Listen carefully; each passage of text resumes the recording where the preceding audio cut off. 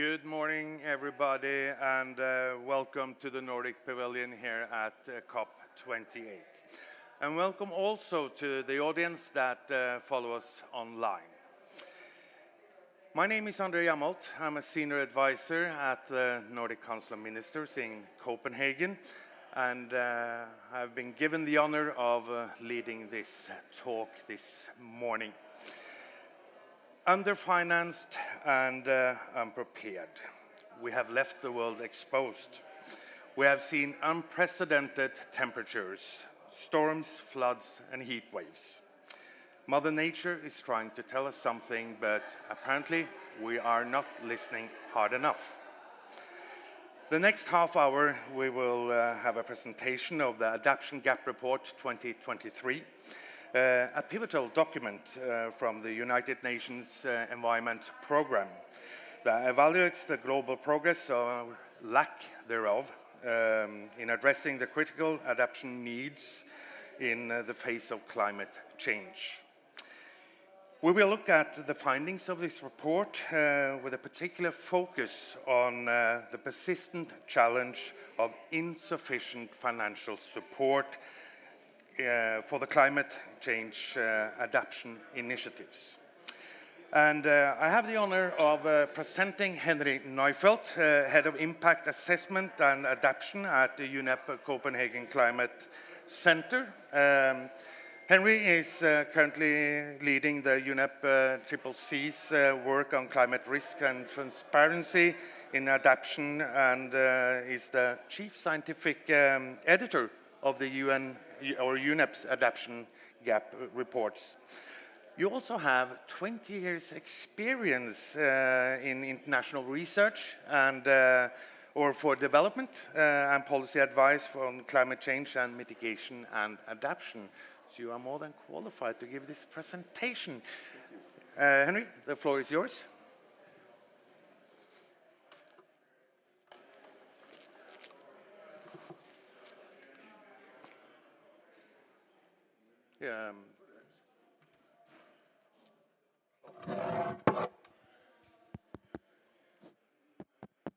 Yes, it's on.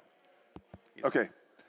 Yes, good morning, and thank you, André, for the kind introduction. I'm going to be talking about the Adaptation Gap Report 2023 that we launched in early November this year, and that has made quite a bit of an impact here also at the COP28 in Dubai. So, underfinanced, underprepared, inadequate investment and planning on climate adaptation leaves world exposed. That's the title of this year's report. I think it says it all. We will talk about the lack of finance, but also the lack of planning and implementation in adaptation. So we saw unprecedented temperature records. This is the hottest year on record ever.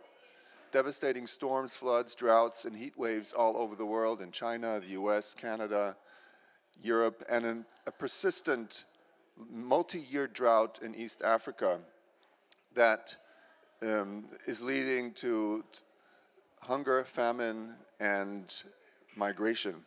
So we're slow on finance, we're slow on planning and implementation, and in some instances, we're going backwards.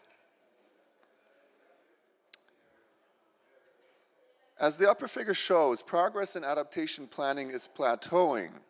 While 5 out of 6 countries now have at least one national adaptation planning instrument, progress to reach full global coverage is slowing and requires greater support. On the other hand, over half of countries have 2 or more national level planning instruments, and their quality is improving in terms of adequacy and effectiveness. You can see that. The lower figure shows that while the volume of projects is growing, that's the red line, the number of projects that are being implemented for adaptation is stagnating for the past decade. That's the flat line you can see. And because implementation of adaptation actions depends very strongly on support from developed countries, that means that our implementation gap is widening, and we need to close that. At the same time, gender and social inclusion are poorly addressed in adaptation, implementation, and finance, and that means that our actions are less effective than they could be, because we know that including gender and social inclusion leads to better projects and better outcomes. This year's report carried out a major adaptation finance update based on a comprehensive assessment of the literature and new analyses. The figure shows that modeled adaptation costs in the decade are $215 billion per year. Adaptation costs are expected to rise significantly by 2050. Adaptation finance needs to implement domestic adaptation priorities is estimated at $318 billion, and modeled costs are estimated at $215 billion. In contrast, international public adaptation finance flows to developing countries has dropped by 15% to 21 billion. And that means that the gap between what is needed and what is there, what is being provided, has increased to 194 to 366 billion US dollars per year. Even if we double the adaptation finance as we've promised in Glasgow to 40 billion roughly, that would only narrow the adaptation gap by 5 to 10%, and that is not enough. But effective adaptation reduces climate risks and is good value for money. For example, studies indicate that every billion invested in coastal adaptation measures reduces 14 billion in economic damages, and $16 billion invested in agricultural adaptation prevents 78 million people from famine, hunger, and starvation because of climate impacts. Finding innovative ways to enhance finance gaps is therefore essential to narrowing the gap, and the report shows 7 ways in which we believe this is possible. First, besides doubling of international climate finance by 2025, the new collective quantified goal on climate finance will be instrumental to take the needs of developing countries into account for the period post-2030. Second, mainstreaming adaptation into domestic expenditures and improving budget tagging and tracking can improve policymakers' understanding of the national adaptation finance gap and how that can be narrowed. Third, public sector must set the right conditions for private investment in adaptation while keeping in mind the overall welfare in society by fixing 3 market imperfections: positive externalities, imperfect financial markets, and incomplete and asymmetric information. Fourth, utilizing remittances from migrants to their home countries, which often contribute significantly to GDP, to address needs that reduce climate risks. Fifth, increasing finance tailored to small and medium-sized enterprises because they contribute the backbone of the private sector in many developing countries. Sixth, a reform of the global financial architecture, for instance, as proposed in the Bridgetown Initiative, holds vast potentials to support developing countries in boosting their resilience against future climate shocks. And lastly, implementation of Article 2.1c of the Paris Agreement of making finance flows consistent with pathways towards low carbon and climate resilient development. These are the 7 tools, options we've put forward in this report. As a result of the decision made at COP27 in Sharm el-Sheikh to establish a fund and funding arrangements for loss and damage, this year's report also specifically focuses on loss and damage, and we're really happy that the COP decided to go forward with the fund and has instrumentalized it, operationalizing the fund. That's really good news.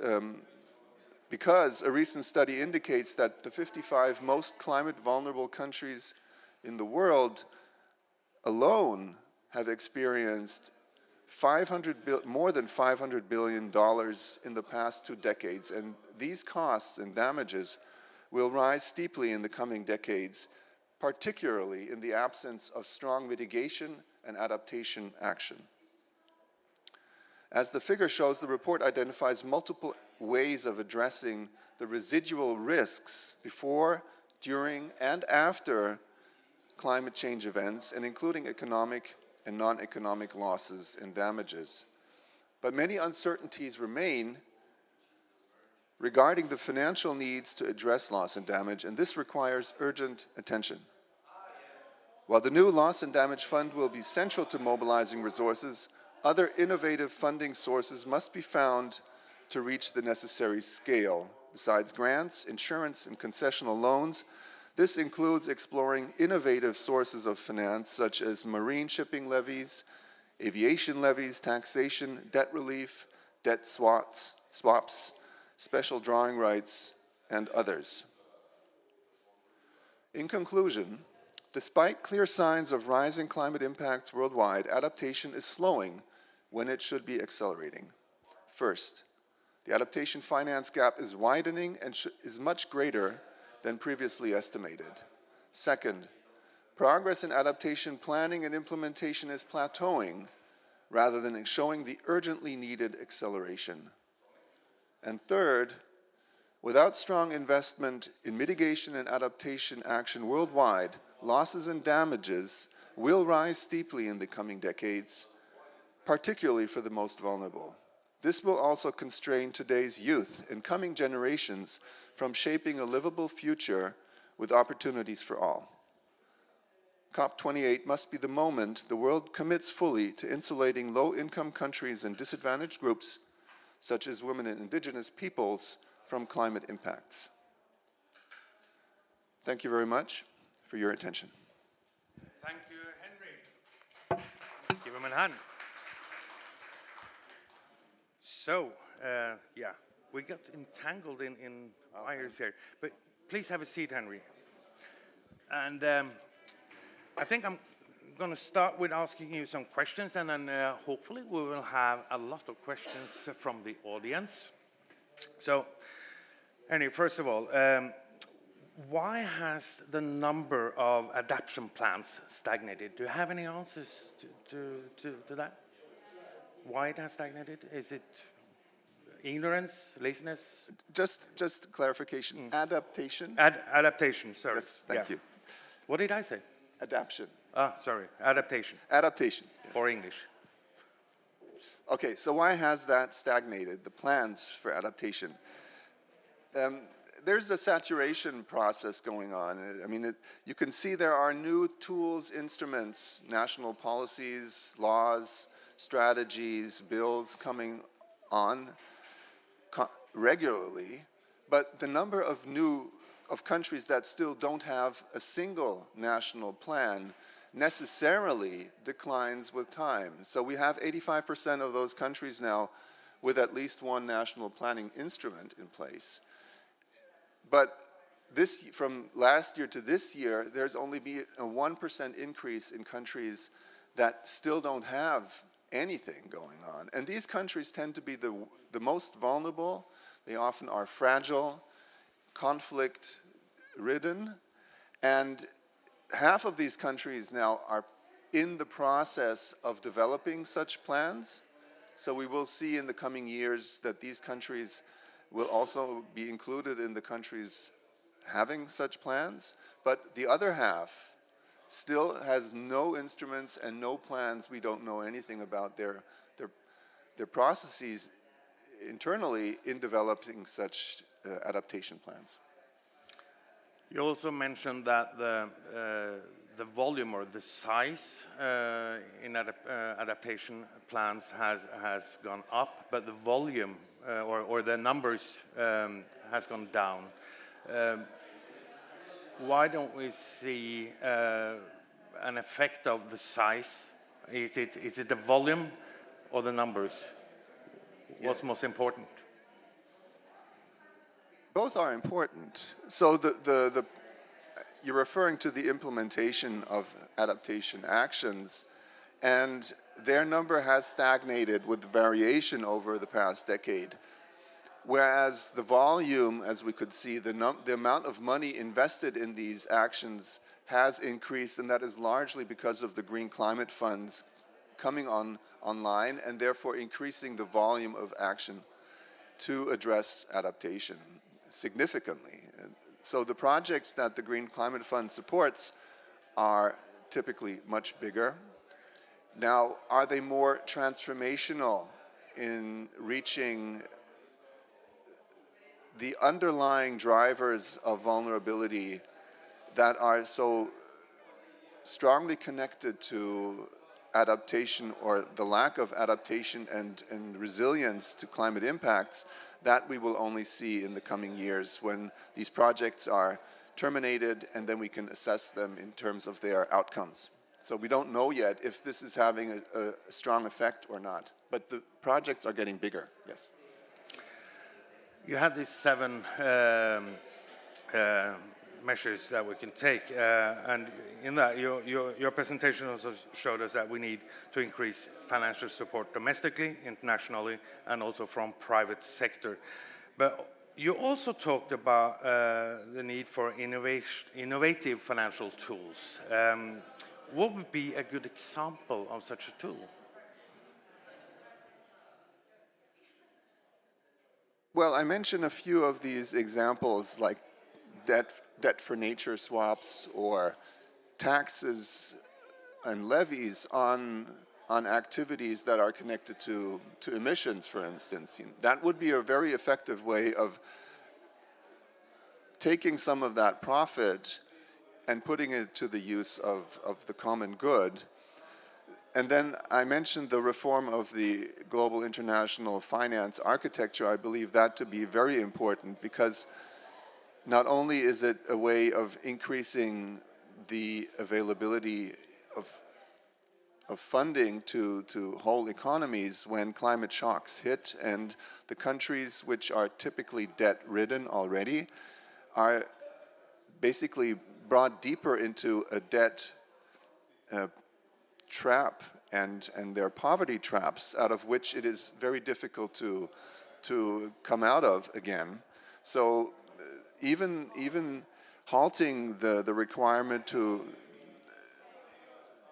attend to national debt services would be a way of helping these countries avoid the worst results of climate shocks.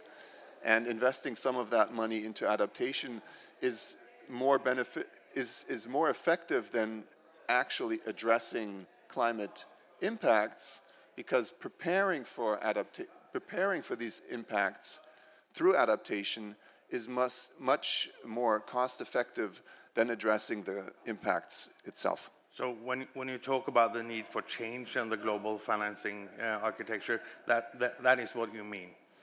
That is what I mean, yeah. Yes. We need to address the current Bretton Woods institutions, give them a reform so that they are fit for the 21st century. You also call upon the public sector to set right conditions for private investment in adaptation. What kind of conditions would you like to see in this area? I think there's a lot that can be done. The private sector has an interest, of course, in risk-proofing their investments and their own business, their core businesses. But very often they are not aware of these risks. Providing the regulatory frameworks by which they are obliged to do so would make it much easier for them to invest the necessary resources in climate proofing their activities. That's one side of things. The other is identifying ways through which the private sector can invest directly in adaptation. Many things are good business practice and don't fall under the category adaptation, but are things that the businesses do themselves, and providing the regulatory frameworks, the enabling environments, particularly in developing countries, would help them invest in places where it is difficult to invest. Many developing countries have challenges in raising finance. The costs of raising finance are much higher in developing countries than they are for Europe or the US, for instance. And providing structures that reduce these costs would be very, very helpful for investment, blending private and public sector finance and providing solutions that overcome the investment barriers that the private sector often sees, because many times investment in adaptation is seen as risky and low return. Of course, ultimately, there needs to be a bottom line for the private sector to invest. I don't know if we have any questions from the audience. We would love to take them. Any thoughts? Yes. If you could please come forward here. We only have that one mic at the moment, so please state your name and where you're from, sir. Yes, my name is Akufuna Muyunda from Zambia. This is a very important conversation. I know I came late, but I think I've already liked the subject matter. My question, though not really a question, but a concern that I have as a youth activist and also environmental sustainability activist, is that there's a huge gap between the top conversation around systems in terms of climate finance, processes, and requirements that I think has taken so much long to be completed, whereas even when the little available climate finance that is there usually gets stuck in the middle and never reaches the grassroots. As I'm speaking to you, there are hundreds and hundreds of Zambians in the western and southern part of Zambia that have gone hungry because of the drought we experienced last year. The little crops that they had left were even eaten by elephants, so there's even human-animal conflicts there. So already Africa is paying so much in terms of loss and damage. Already Africa is paying so much, to your point, in terms of the debt crisis that we have. And also we have to fight the climate crisis itself. So there are so many battles happening at the same time in that context. And as a youth, I have to also fight that to a level that even my family members that are in those affected areas now have to start calling on me to provide for them when they can't provide for themselves. So it becomes also a crisis on my part. And also it can go as far as mental health, because now instead of me focusing on building a future for myself, I have to first of all deal with the issues that are coming from the communities themselves. But I don't know, why do you think is the problem? Why is it that these good ideas, solutions around how we can demystify climate finance and also make it accessible to the grassroots is not happening? It's taking time. Why is the problem? Thank you so much. That's a very good question, and it's a difficult question to answer because it has so many dimensions, I think.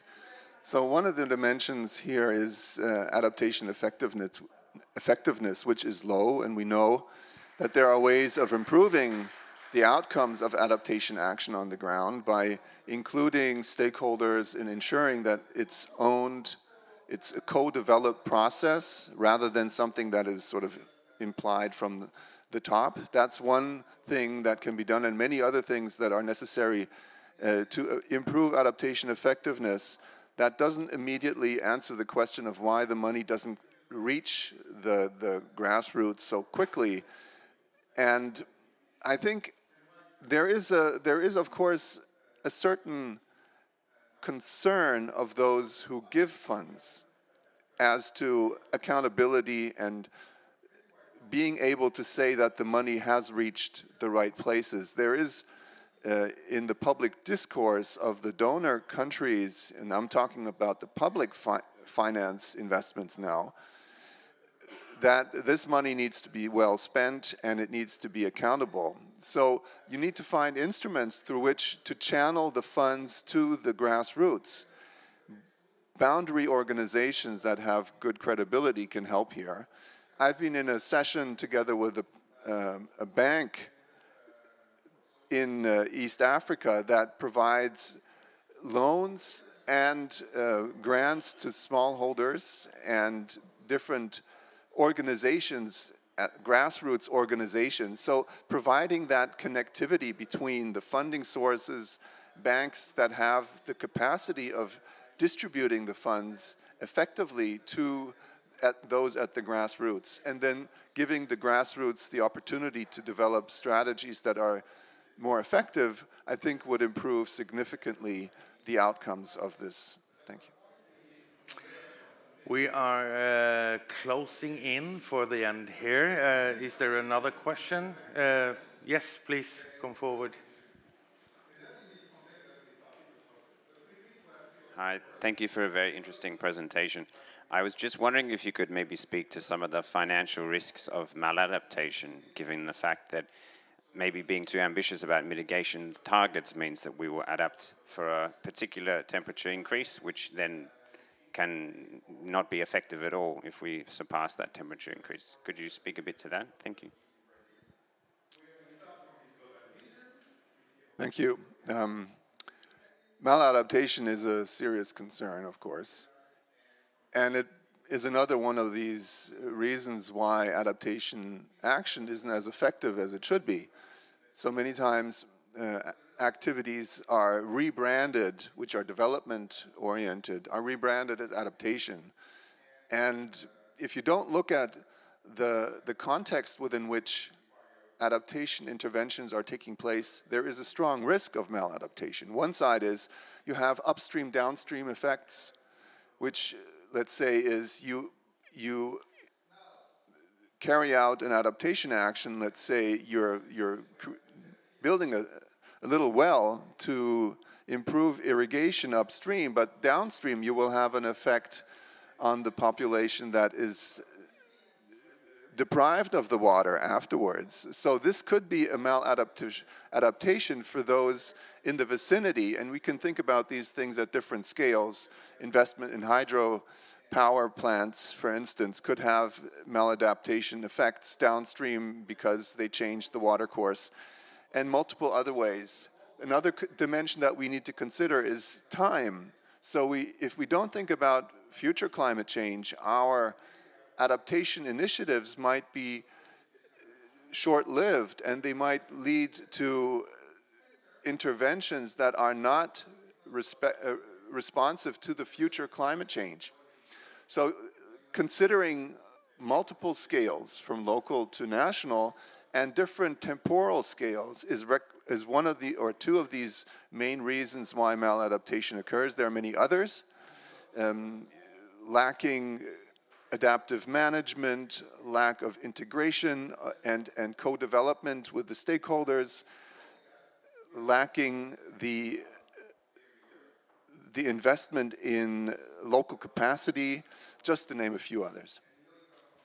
Thank you, Henry. I have one last question, but it has to be a rather short answer, I think, because we're running out of time. As this COP has gotten a lot of attention regarding the Loss and Damage Fund, and countries have started pledging to the fund. But during the first week, we have heard in the corridors that the negotiation about adaptation were not going that smooth. What are your thoughts on that? Yes, so we haven't seen that many pledges for adaptation as we have seen for loss and damage. I think there is sort of the enthusiasm around having achieved this remarkable goal of operationalizing the Loss and Damage Fund very quickly. Many countries were hoping to announce their pledges that they were planning to do for the Loss and Damage Fund, and that has helped the fund pass sort of the negotiations. At the same time, I haven't seen that kind of investment or engagement about adaptation. We will see how the numbers look next year. This year, from last year to this year, the latest numbers we have are from 2021. So next year, we will see if in 2022, the adaptation investments from the public sector, international funds, the multilateral development banks, bilateral investments from donor countries are rebounding. We will see if that's the case or not. We can't say yet. And that's ultimately going to be the metric by which we can say if it's going forward or backwards in the future.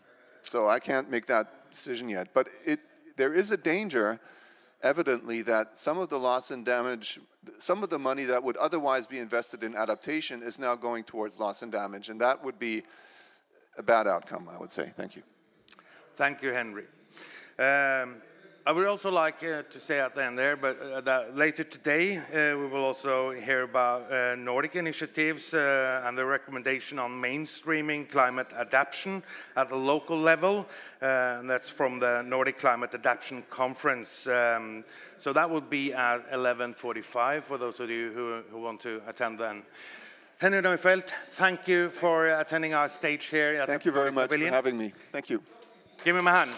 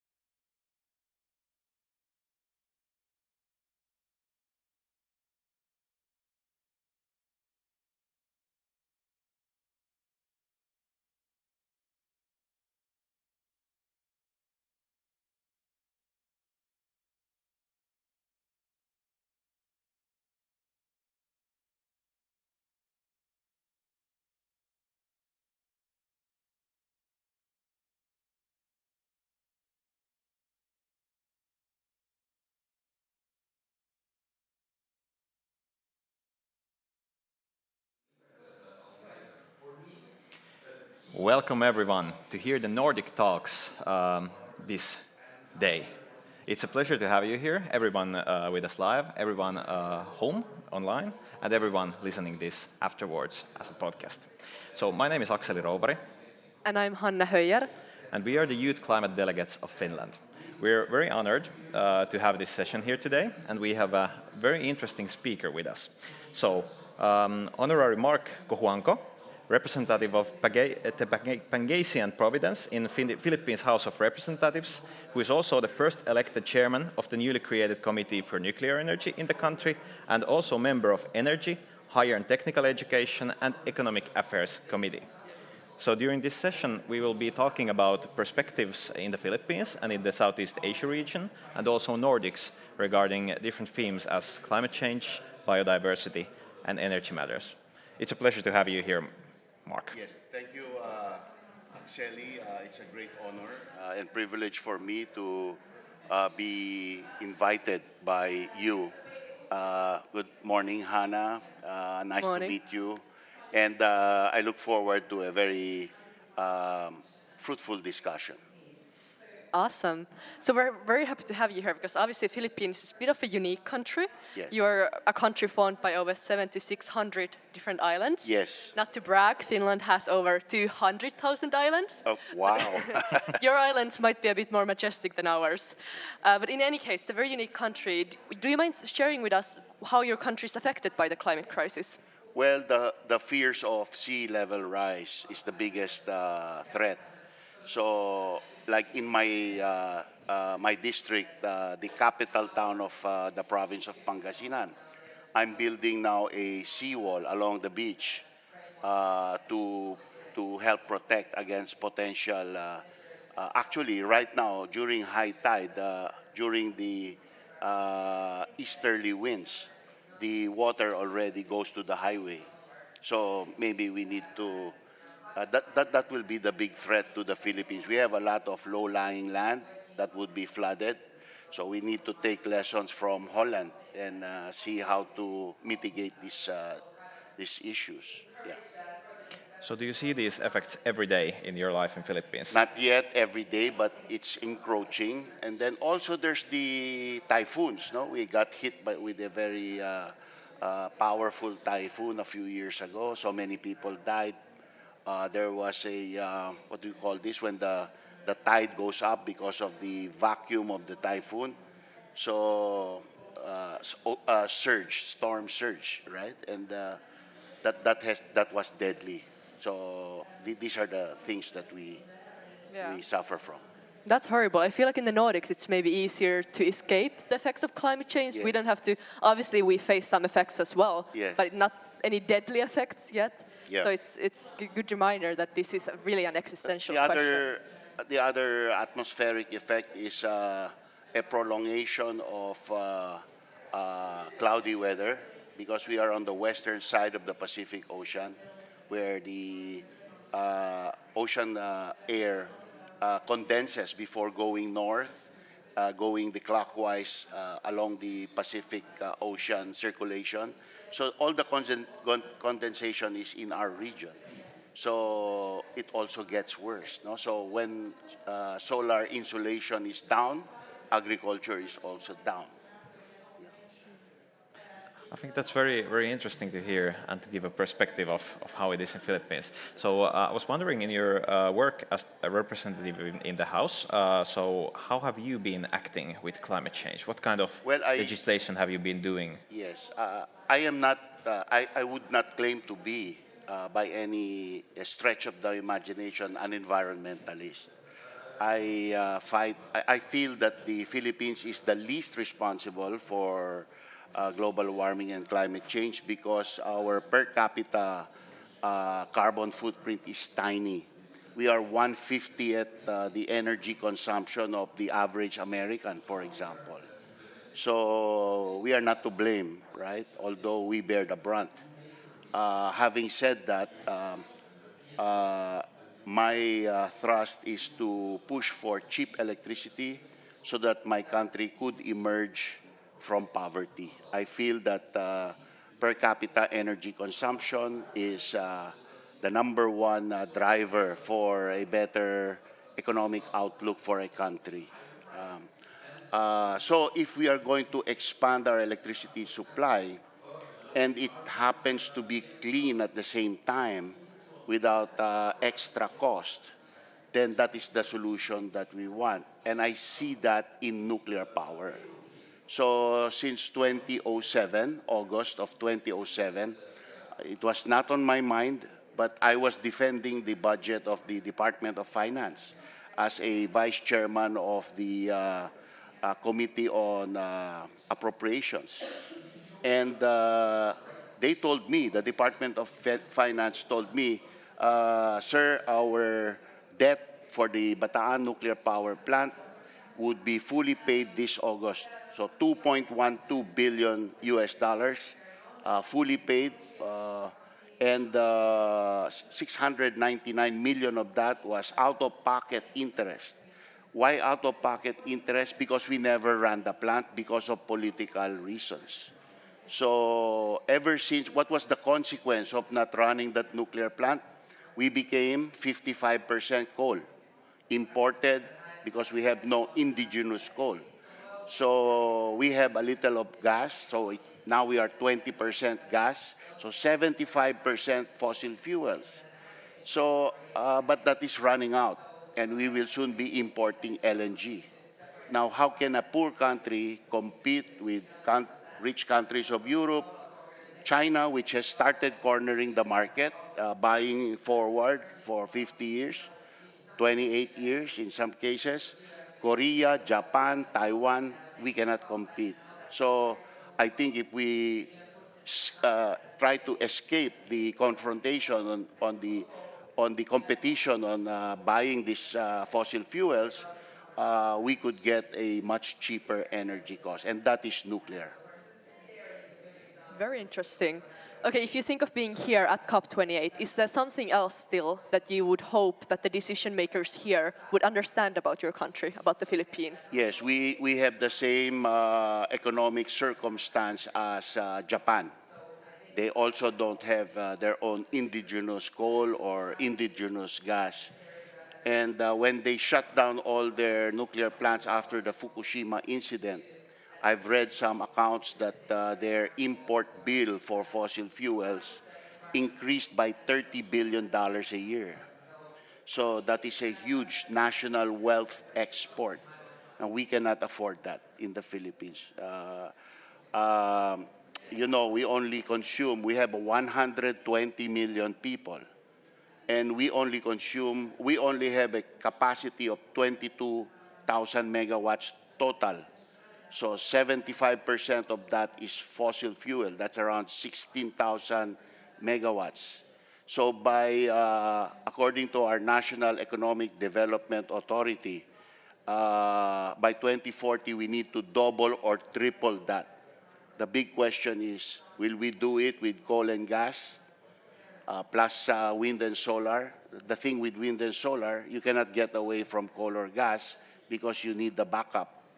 Because on a quiet night, it's zero output. So you need to build the fossil plants. Equivalent capacity to the wind solar plant. So it's a double investment, right? And then when the sun is shining and the wind is blowing, we need to idle these plants. So who pays for that? You cannot turn it off completely because it has to be warm so that you can accelerate when the sun and wind go down. So I have a big question. Is it really cheaper? I don't think so. So I think the cheapest in the Philippine context is nuclear power. There's another point. The great volumes of fossil fuel comes in many ships. And if you stop one ship, you have a power outage immediately. What if there's trouble in the West Philippine Sea and there's a blockade of the Philippines? So it's a national security issue. In the case of nuclear power, 18 months worth of fuel is inside the reactor. You can fly it in a medium-sized airliner, good for 3 years of fuel in a single flight. So there's a big difference in the practicality of fossil fuel versus nuclear power? I think that's a really interesting subject, and actually Finland is quite interesting in the energy policy department because you've been talking a lot about nuclear, and we're actually quite strong on nuclear. So that's been a big thing in our energy palette in our country, and actually in the recent polls, over 80% of the Finnish population support nuclear power, and I think it's also a question. It's surprising to me. Yeah, Because a lot of the green movement in the Philippines is European-based, maybe not Scandinavian-based, but European-based. And organizations like Greenpeace are rabidly anti-nuclear in the Philippines. And this is the reason why up to now, 37 years after completing a ready-to-run, well-built nuclear plant, 1985, up to now it's not running. And I would like this plant to run. There is precedent in America. The Watts Bar 2 nuclear plant was even older. In 2016, it became America's newest nuclear power plant. So I don't see why we couldn't do it in Bataan as well. But if the environmental groups keep on opposing this, then it gives a hard time politically. What do you think is then the difference between the environmental groups in the Philippines and in Finland? That's what I want is to the ask you. difference? No, that's what I want to ask you. I understand that Axeli is from the Green Party, and I understand now from talking to him yesterday that the Greenpeace in Finland no longer opposes nuclear power. May we request you to come to the Philippines, invite the Greenpeace also from Finland, and try to talk to the Greenpeace in the Philippines and like-minded organizations and ask them, what are your oppositions? You know, it's the usual. Nuclear waste, no? The safety, those kind of issues.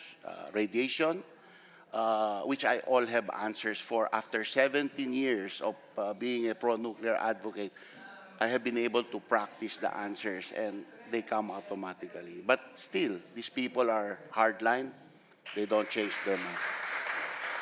Yeah, for sure. First of all, it would be a pleasure to come to Philippines to talk about this matter. We actually, regarding that, so the Greenpeace in Finland doesn't oppose nuclear. And actually, when there was this situation, I think a couple of years ago or something, when Fridays of Future of Europe made a statement against nuclear, then the Fridays of Future of Finland made a statement against that statement, saying that nuclear is an important thing to get to net zero in Finland. So I think that's quite well understood with us, and also I think one of the convincing arguments we actually today in the COP have a biodiversity day, and one of the arguments we are also understanding is that nuclear has many positive sides regarding biodiversity and nature, because you can produce such a big amount of energy in a small setting. So first of all, I'm really a big supporter of renewables, big supporter of solar and wind. But then again, there's also the problem of, for example, in Finland with the forestry and the nature, because we have to cut forests to make these renewable energy plants. And I think that's also something where nuclear can be a solution. At least it has been for us. Of course, it's different with every country, but that's something that's a point of view that we have been making in our own policy. You know, the Philippines is a very small country and divided into islands. So we have limited number of flat agricultural land. And our main crop is rice. And just a few years ago, if you fly by helicopter over the central Luzon plains, it's all rice field. But now it's a lot of solar fields. So are we going to now import all our, or most of our rice, because we are going to convert our farmland into solar farms? I think that there needs to be a re-evaluation of the priority. So if it's a nuclear plant, a tiny footprint generates such a big amount of power, it does not affect either the forest, where you want to cut the roads to put the geothermal plant or the windmill or whatever, and the farmland, the flat land, where you put the solar farms. You don't need to do that with nuclear. Yeah, No, I would be interested in hearing how much biodiversity or nature loss is then discussed when it comes to energy policy, because in Finland it's discussed quite a bit, especially when it comes, for example, with windmills. It's also, we've had problems with those being built, especially in the wider Nordic region. In Norway, for example, there have been scandals of windmills being built on indigenous land, so Sami land, without going through a proper process of discussing it with them, and kind of it's been even deemed illegal, and yet the windmills still stand there. Yeah. So it's a big discussion on how much area it takes. So what are the people's attitudes in Philippines? The windmills today are mostly in the north, in the president's province. He was a pioneer of that. And now they're planning a lot of windmills offshore. Manila Bay, for example, Pangasinan, Lingayen Gulf, for example. But I've seen stories now of failures of wind offshore projects in United States and Europe, and the damage it causes to marine mammals, right? And there is also the issue of the cost of the transmission lines. It's not just one plant, it's many, I think thousands of turbines we are talking about. So you have to interconnect everything. That's an expense nobody talks about. So I would like to see the entire picture. Now you have to build the gas plant to back up because we have 2-3 weeks of complete no wind. Times like that.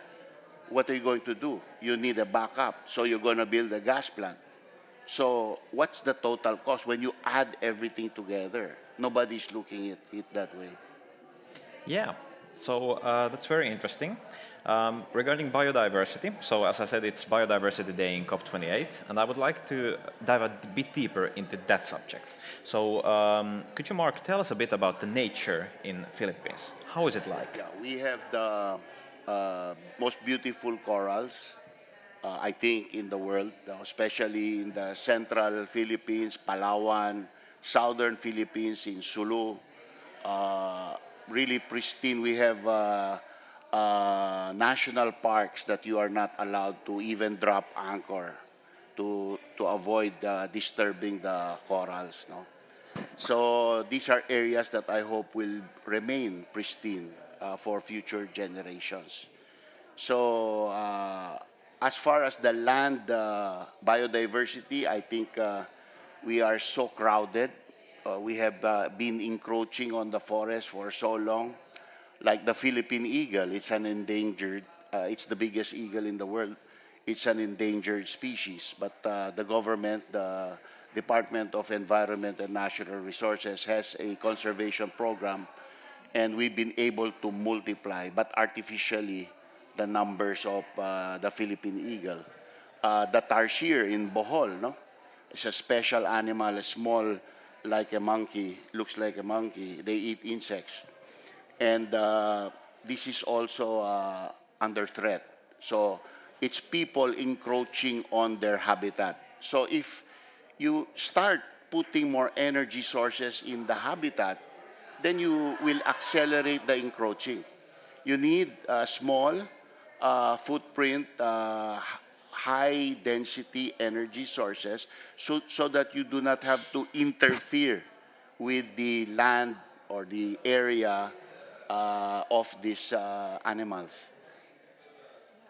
Very interesting. I feel like in recent years, at least in Finland, biodiversity and biodiversity loss more particularly have gained a lot more attention and a lot more public pressure on like decision makers and politicians, policymakers when it comes to discussions about climate change to also regard biodiversity loss a lot more. So it's a similar trend happening in the Philippines, because at least in Finland I feel like you never anymore really discuss climate change without also mentioning biodiversity loss and the threats that come with that. That's my criticism of our government agencies that came here, is that they are looking at the Climate Loss and Damage Fund as a source of fund to help with these problems. I would rather the Philippines become rich so that it can handle the problems all by itself. And the way to become rich is to have cheap, reliable electricity that does not cost billions of dollars in importation of fossil fuels. That's the model of Japan. So the answer to that is, since they closed Bataan, it's been 37 years. They've had the chance to use all the kind of solution ever invented by humans to solve the problem. They have not solved, they have failed miserably. The only thing left that they have not tried is nuclear power. Now I see France, I see Japan, I see China. Why are we being restricted? That's why I am very hopeful because of this COP28, because there was a declaration recognizing the big role of nuclear. They say now that it was declared by major countries that achieving net zero 2050 is impossible without at least some nuclear. It's defined as around 30 to 33%. No? They declared that they will push to triple the installed capacity of nuclear in the world by 2050. They declared that they will make available cheap financing for the nuclear new build at low interest rates. I heard something like $9 trillion by 2050. If you divide by the number of years between this year and 2050, it's really not that big. It sounds big, but it's not that big. So I'm very excited about that. I want to tell that to my people when I go home. I'm leaving tomorrow. So I will tell my colleagues in the committee, I will deliver a privileged speech. I will come out on radio, TV, and the newspapers telling why weren't we even attending officially these declarations? Why aren't we supporting it? I think that's interesting to hear. To talk about COP28 a bit, so you've mentioned these declarations, and we also talked a bit about the loss and damages, which has been even historic how we have gotten progress. Of course, there's lots of things still to do. We're talking of $400 to $600 million, but the estimate is 400 billion. Yes. So it is less than 0.1%. So it is meaningless, really. Yes. We need to become rich to be able to solve the problem ourselves.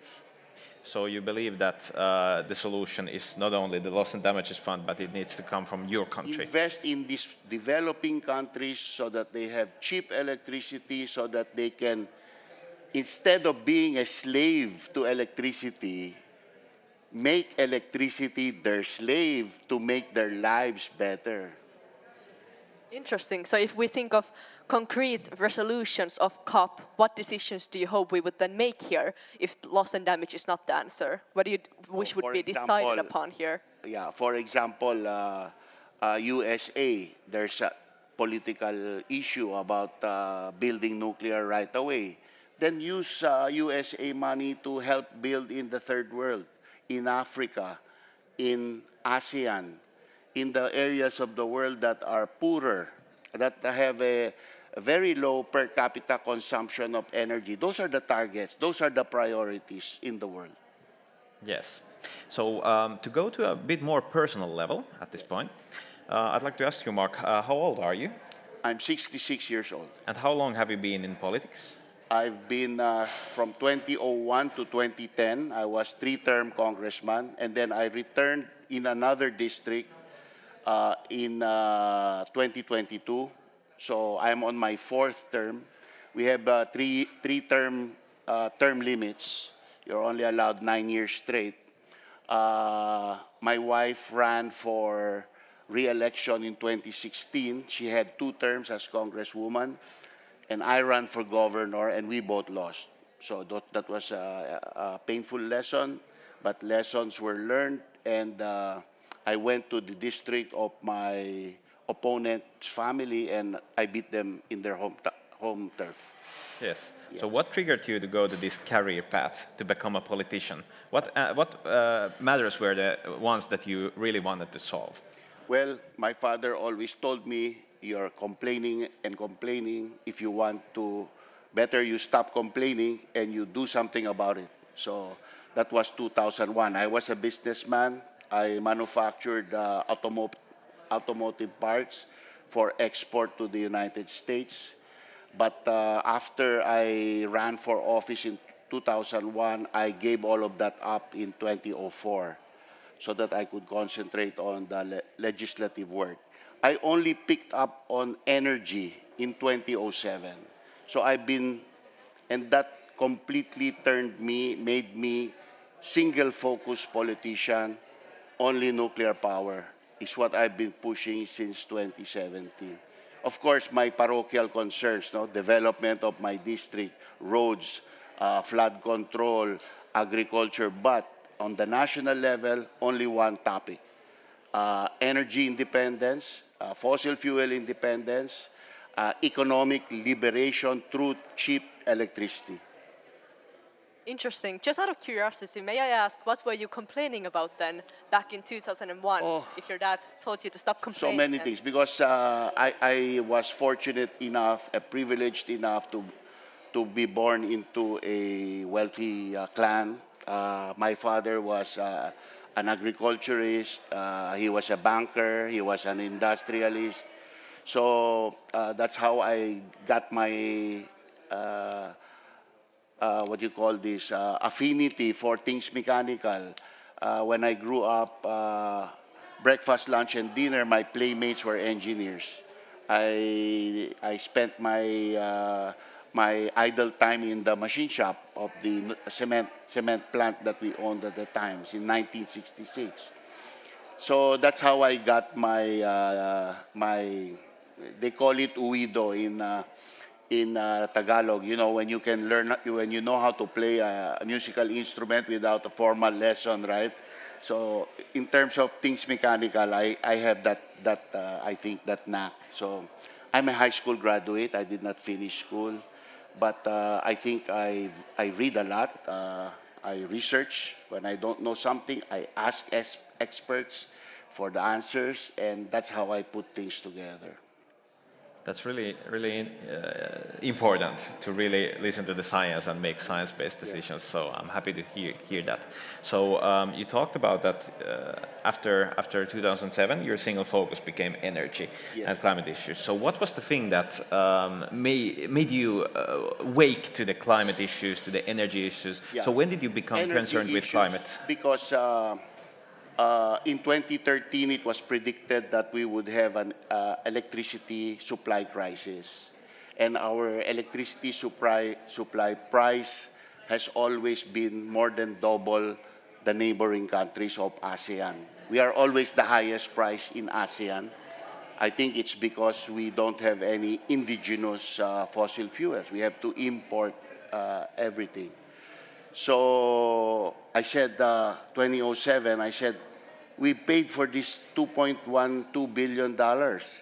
I have a right to speak about this, even if the plant is not in my district, because the national government, my district has a share of over 500 million pesos in the money that was placed into this plant by society. So I have a right to talk about this. I think this plant can benefit my district, even if it's far away. So I said, a crisis coming 2013, why don't we run this plant?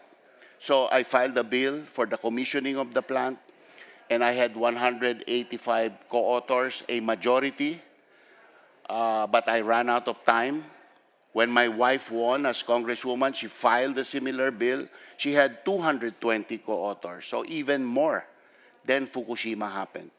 And we had to declare a moratorium on our advocacy and our bill because we honestly were almost withdrawing from being pro-nuclear. If containment had failed, if the reasoning of the nuclear industry was faulty, we would say no more. But after a few years, it turns out nobody died, nobody was injured. The radiation in Fukushima is still below the natural background in Seattle or Denver. The hottest hotspots in Fukushima are 8 times lower radiation than Guarapari Beach in Brazil. So what's the issue? It's a triple meltdown, the worst that could happen. So in my mind, I said, Fukushima makes the safety case. It does not destroy the safety case of nuclear. It's a selling point. Okay, very interesting.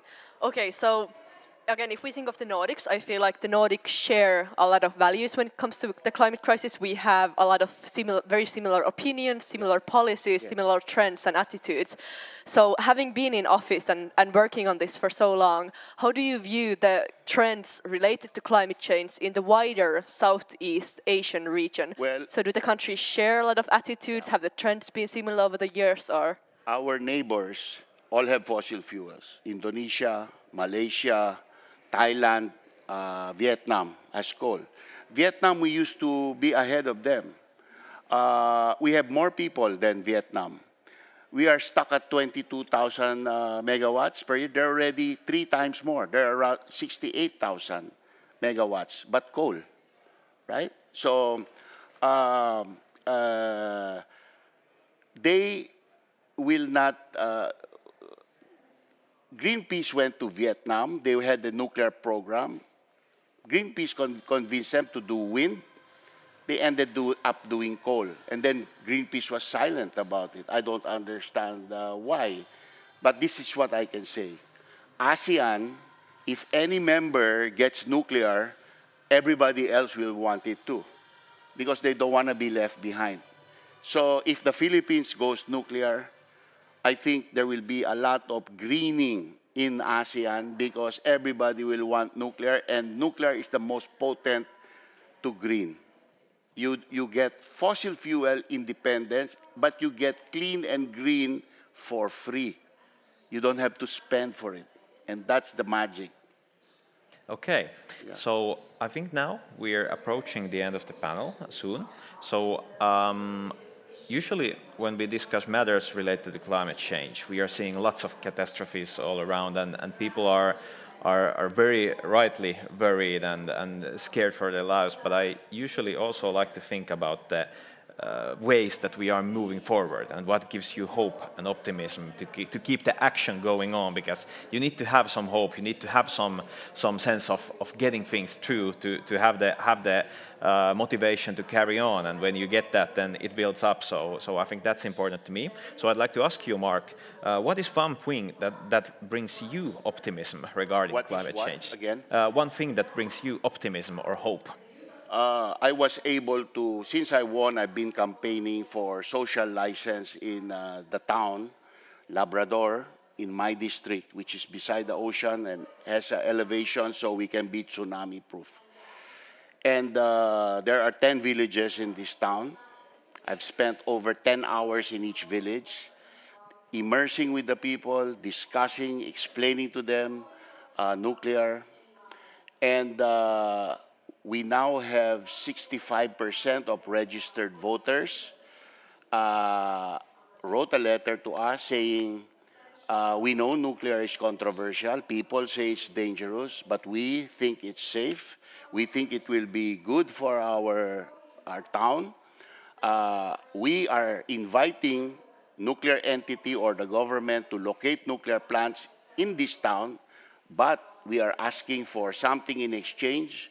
Our 2021 consumption of electricity times 2 for every 1,000 megawatts for the 80 years life of the nuclear plant, you have to give it to us.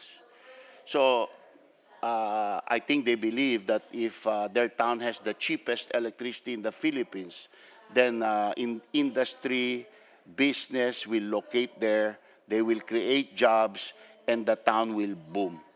So I have 65% of registered voters and a few thousand non-voters. I have these letters. The town has made a unanimous resolution endorsing this, and now the next step is that the town needs to make an ordinance authorizing the mayor to sign on behalf of the town any agreements with nuclear companies or the national government. And that makes me very hopeful. If I can do it in Labrador, other congressmen, other governors, other mayors can do it in other towns and locations in the Philippines. That's very encouraging. Yes. Okay, throughout this talk today, we have been kind of comparing and contrasting between the Philippines and the Finland or the Nordic region. So for the end, do you have any message you would like to share with Nordic people? If you were able to talk to Nordic people in the Nordic, what one key message would you share with them? You are richer than us. You have influence in Europe. You can influence the financial institutions. We are a poorer country trying to catch up with you. You are a model for a better life. Help us by convincing your decision makers in Europe to produce cheap money for nuclear build out. The declaration here was 3 times. It doesn't have to happen where there's already nuclear. It can happen first in the third world. So help us to catch up with you. We don't need to be as rich as you, but we need to have decent life, decent income. So that's all I can do. That's all I am after before I get too old. Yes. I think we agree. Yeah. Thank you so Yeah. much, Mark. One more thing, no? Yes. It was on your list of questions. How do I sell nuclear? I say it is likas na mura, intrinsically cheap. Likas na malinis, intrinsically clean. Ngunit likas na naaasahan. But it is intrinsically reliable. So those three are so important. When I'm asked about safety, I say nuclear saves lives. It has displaced fossil fuel pollution. It has already saved over 2 million lives in the world. And because we avoided nuclear in 1986, we caused the shortening of a few thousand Filipino lives, not only in the entire Philippines, but especially in the province of Bataan.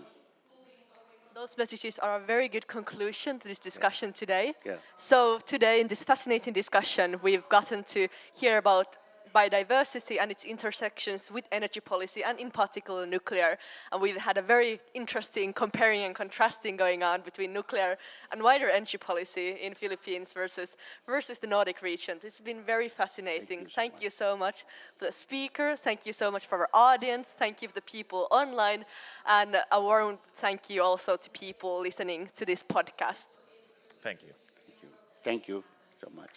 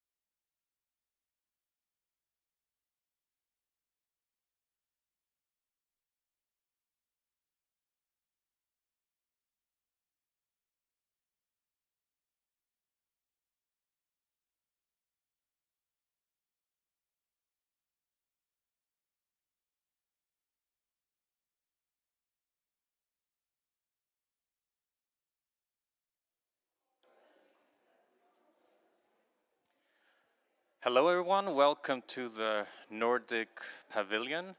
We're starting an event on mainstreaming adaptation at the local level, and we're going to be having this discussion in relation to the Nordic Conference on Climate Change Adaptation that we had for the 6th time this spring, and the first time held in Iceland.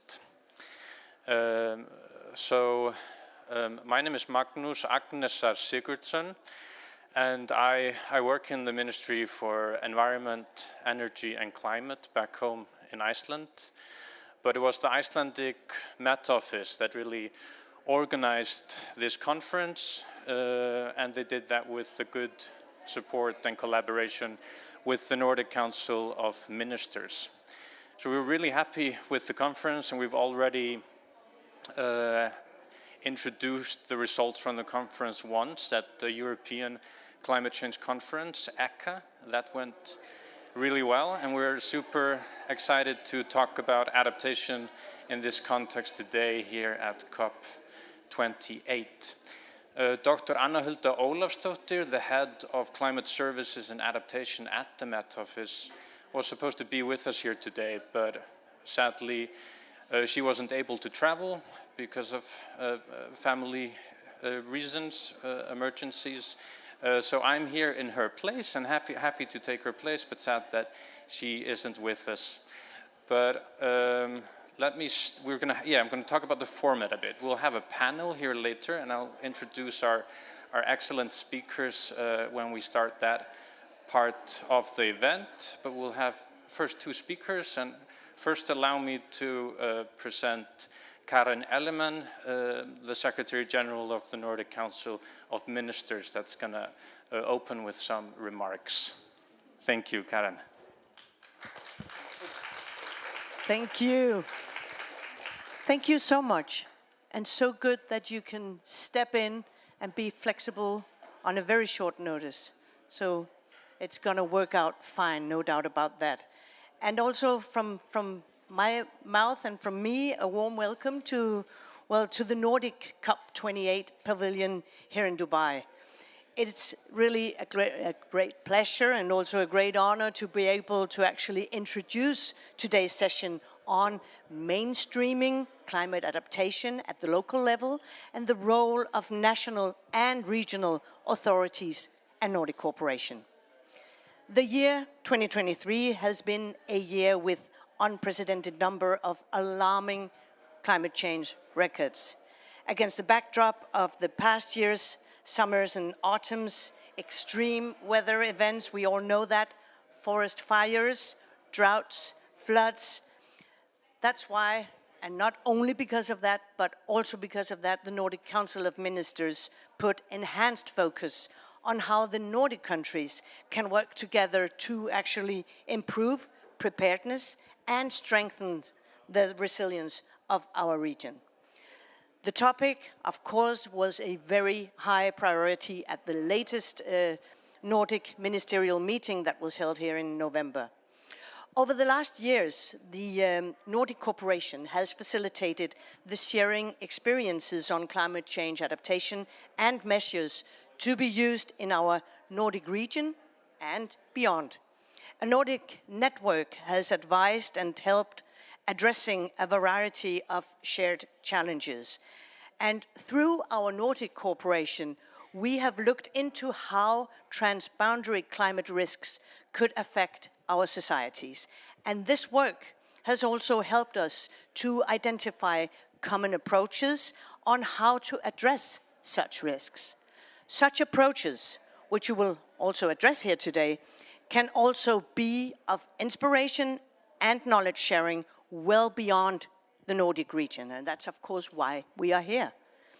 We've also seen that although all Nordic countries have climate adaptation policies in different level of governance, there are still big challenges related to coordination and a need to develop economic measures to support and incentivize adaptation, both nationally and locally. So for a climate neutral society, we need to both cut emissions and make our societies more resilient and adapted to changing climate. The 6th Nordic Conference on Climate Adaptation, the NOCA, that was arranged in Iceland earlier this year, addressed the opportunities for knowledge sharing amidst local level climate adaptation policy makers and practitioners in the Nordics. I look very much forward to listening again. I mean, I heard the recommendations, but it's always different in this huge international setting as well. So hearing the recommendations for how we further should strengthen this nexus. So thank you very much for giving me the opportunity to introduce it, and I guess it's back to you to keep on running the show. Thank you.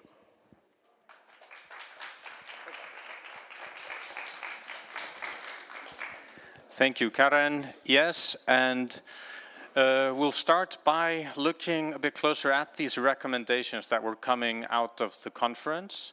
And I'm going to ask Theodora Mattiasdóttir from the Icelandic Met Office to come and take us through the results.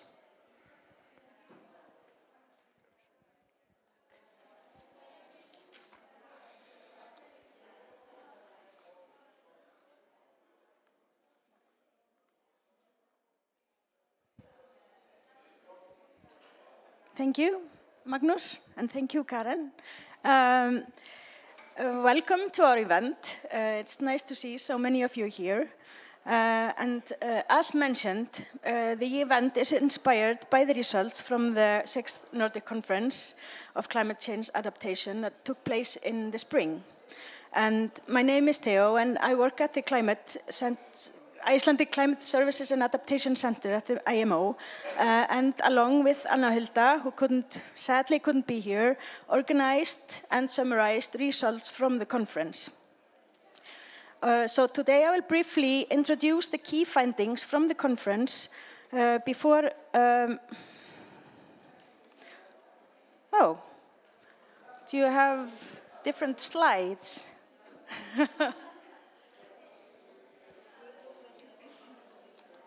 Is it here? Yeah, but these are not the slides. It's presenter slides that should be there. Yeah, great. But you can read the key messages while we're waiting. I sent. Do you mean this one? No, there were 2 packages. These are the 2 presentations that we have been sent. If you have another presentation, we will need to have it given. It's on the Google link that I got from the. Okay. When did you upload it? Þetta er ekki það. Þetta átti að vera á þessum skjá. Launch screen and presenter screen.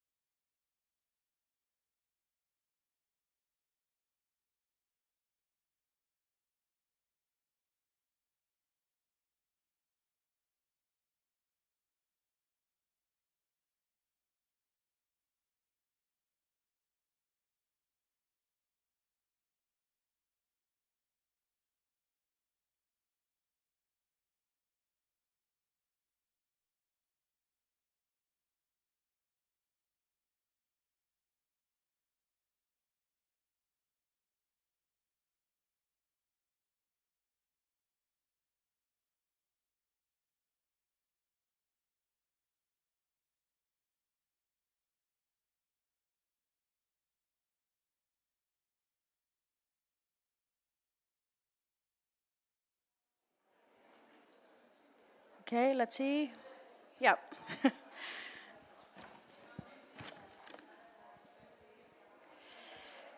So I will briefly introduce the key findings from the conference before Magnus and our panelists take over and come up with the final solutions on how to mainstream adaptation, right? No pressure. And since the event takes place in the Nordic Pavilion at an international conference, we will also focus on how to accelerate adaptation through cross-boundary cooperation in the Nordics as well as globally. The overall idea of the NOCA conference is to get people working in the field of adaptation together, connecting researchers and policymakers, sharing knowledge, networking, and coming up with further cooperation opportunities, as well as producing input into policymaking on the Nordic level. The main focus of this year's conference was on adaptation in cities and municipalities. The aim was to define barriers to mainstreaming adaptation on the municipal level, such as figuring out what has to be done at the national level to facilitate the implementation of adaptation. Participants of the conference were municipal experts and civil servants, researchers, policy and decision makers, the private sector and NGOs. The conference was a two-day event where the first day was dedicated to plenary presentations and high-level panel discussion, and the second day to workshops focusing on 4 predefined themes that are all relevant to adaptation, especially when it comes to municipalities. And these are transboundary risks, rising sea levels, adaptation through master planning, and nature-based solutions. The output from the conference, apart from knowledge sharing and networking, is the policy brief published on the Nordic website, synthesizing the results of the conference with further Nordic cooperation in mind. The policy brief, Stronger Together for a Climate Resilient North, points out 9 key messages. The brief also outlines actions for each of the 4 themes I mentioned earlier. You can see the 9 key messages on the screen in the lounge area, and you can also download the brief with the QR code that is shown on the screen. The findings of the conference tend to converge in the following points: the key of defining responsibility and the importance of knowledge sharing and bridging various gaps between researchers, different levels of administration, policymakers, local community, and so on. There is a strong consensus on the importance of national governments establishing buy-in at the level of local governance when it comes to adaptation. It was apparent that there was this shared focus on making sure adaptation processes are integrated well at the local level, even though the Nordics approach it differently. It was clear from the discussion and emphasis at the conference that master planning is the point of entry for mainstreaming adaptation into local governance, since this was discussed in every workshop. This rhymes with the recent IPCC Working Group 2 report, where there is clear consensus on how urban planning and master planning involve processes that can work to mainstream adaptation into local planning and place it on the global agenda. This brings me to the emphasis on the importance of support from national government when it comes to adaptation at the local level. This is to expand planning considerations so that they may take into account questions about climate risk and the potential cascading impact of heightened risk of certain events in a specific place, as well as the complex transboundary impacts between neighborhoods, regions, and countries. The transboundary risks were discussed at the conference as being the most imminent common threats the Nordics are facing due to climate change. There was a clear message that responsibility lies with the national governments on amending laws and creating regulation that steers planning firmly in the direction of resilience. An interesting aspect worth mentioning here for discussion is how at the national level there is a clear distinction between work on mitigation and adaptation. But at the local level, many municipalities in the Nordics are tackling these 2 sides of climate policy at the same time in one single policy document. However, they are in need for clear guidance. It is also important that national governments ensure that decisions on adaptation responses are underpinned by robust data and research. National governments should allocate sufficient resources for research and monitoring of climate risk. and ensure that this data is disseminated to stakeholders and policymakers so that they can integrate them into planning. In that case, there was a lot of discussion on web portals, national platforms, and so on. And talking about web portals and stakeholder involvement, it is clear from the workshop at NOCA that the Nordic countries have developed excellent tools for adaptation, such as decision supporting tools, hazard mapping, and risk assessment methodologies, as well as methodologies on how to involve stakeholders and inhabitants in decision making.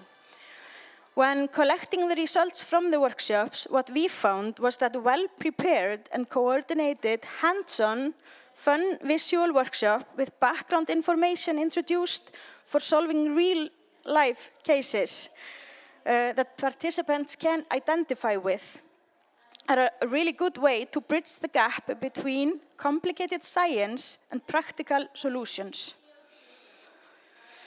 An observation for partaking in these workshops is that it is evident that there was much interest in finding ways to be in more touch and learn from each other.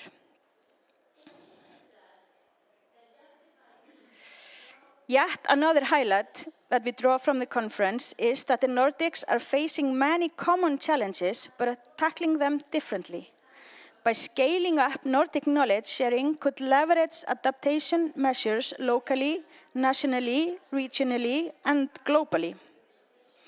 And with that, I finish my summary and give Magnus and our panelists the floor, and look forward to hear your solutions to our problems.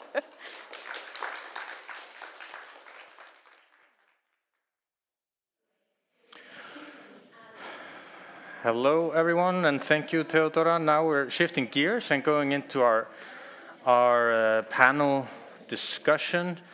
Just to reflect on the conference, this simple thing of just coming together and being able to talk to other adaptation experts about the issue across the Nordics, super valuable, because it's not a completely new topic, but it's newish. And we're approaching it a bit differently, so we have so much to learn from each other. But please allow me to introduce our panelists. And let me start with Dr. Adrian Lema. He is the director of the National Center for Climate Research at the Danish Meteorological Institute, DMI. Adrian has many years of experience in both climate science and policy. His key focus is bridging global, regional, and Arctic climate science with practical needs of adaptation at the local level and to inform policymaking and society at large. Dr. Lema, if you would come to the stage for us.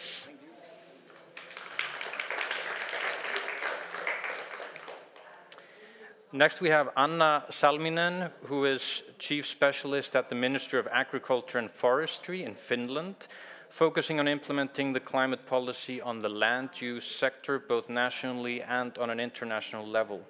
The Finnish government approved the National Climate Change Adaptation Plan in 2030, Adaptation Plan for 2030 in December 2022, and the implementation started in spring this year.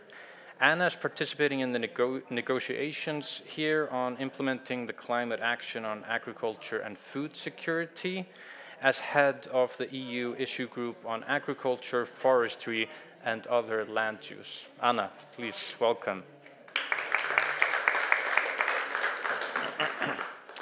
And lastly, but not least, Finnur Ríkharð Andrason will be here with us. He is the chairperson of the Icelandic Young Environmentalists and is one of 2 Icelandic UN youth delegates on climate change.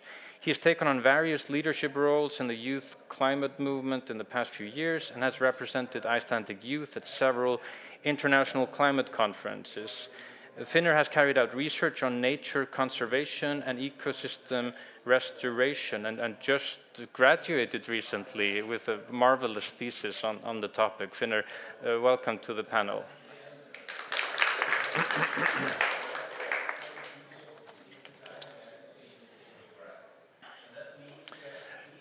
Yes, so I was thinking that we would maybe start by going the first circle around the panel, hearing about how you touch on adaptation in your daily work. And I wanted to start with you, Adrian. If you could tell us a bit about the Danish Climate Atlas, which is a very ambitious long-term project. We would love to hear the lessons you've learned in developing it. All right. Good.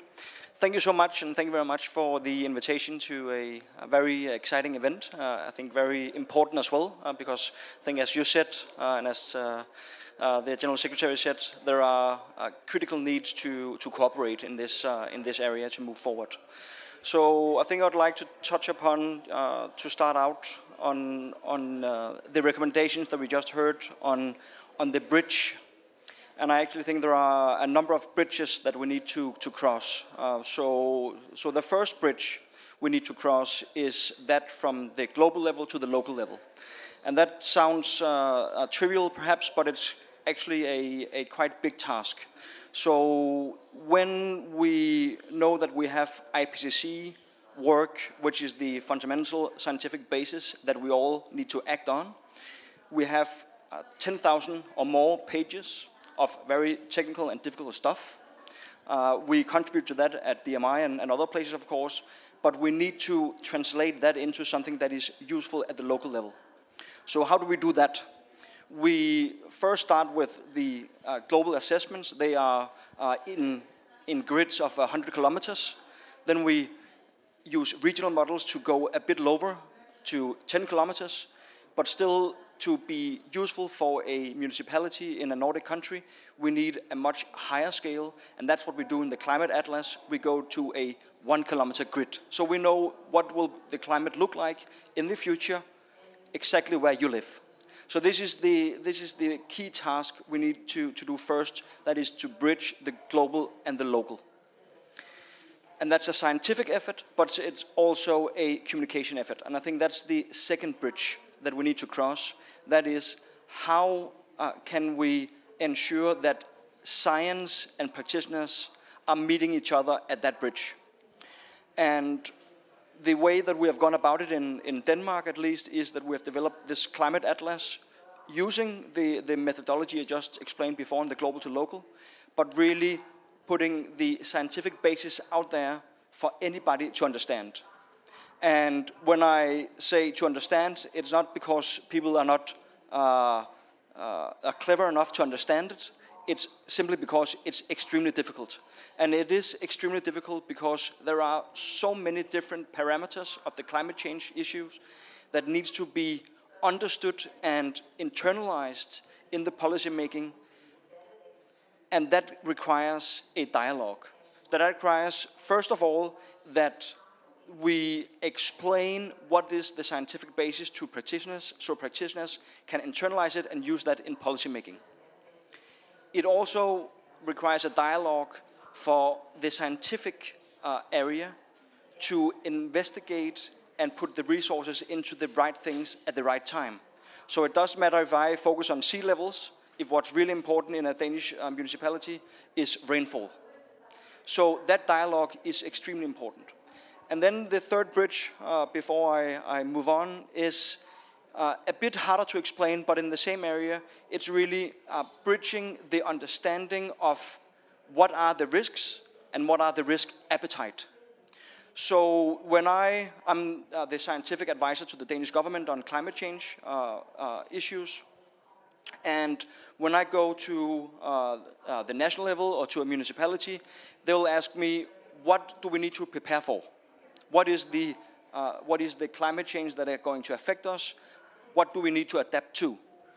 But I can't really answer that question before I have moved towards that bridge in understanding what is the level of risk appetite. Is that a zero level appetite, or do we have a little bit of appetite for risk? And what do I mean by that? So, for instance, right now we're looking into Copenhagen. How can we protect Copenhagen from sea level rise in the far future? That's a huge project. It's a lot of big investments, but the idea really goes for every investment, big or small, in all areas of the Nordic communities. But in that project, I need to understand what is the level of risk that the infrastructure companies, that the mayors of the different cities, what are they willing to take? Because you can protect against everything, but perhaps the citizens look a bit differently on it. Maybe the investors and the taxpayers look a bit differently at it. So we need to have a conversation, and that's the bridge. We need to have a conversation. What is the risk that we see from climate change, and what is the risk appetite we see at the local level? And then we can start adaptation planning. So I would like to start with those three bridges and look forward to discussing others. That's great. Thank you, Adrian. And the bridge is a perfect metaphor here, and really key to, when it comes to mainstreaming, to build these bridges into different sectors with a good scientific basis. And I think laymen sometimes think it's enough just to have the scientific information there, and then you can just do things. But there's so much labor left in getting that knowledge in an accessible way into different sectors and making it applicable. So I think it would be great to hear from you, Anna, about maybe the planning level of things, where you need to use this information and create adaptation measures, especially because you just have this new Finnish adaptation plan out. Could you tell us a bit about that? Yes, thank you. What you said, Adrian, it's about also dialogue between looking at the same issues from different perspectives, and the adaptation plan. We at the same time published a new adaptation plan, but also this climate plan on land use sector, and this is for me, I see this bridge also at my work in a sense that when I look at the mitigation measures, at the same time we are talking about adaptation, and that is also like there are a lot of interlinkages between these two climate plans. In practically, it means that when our farmers or our forest owners are learning new ways to improve the ways to manage forests so that it's climate sustainable, so that they are not so at risk for damages or the loss of harvest.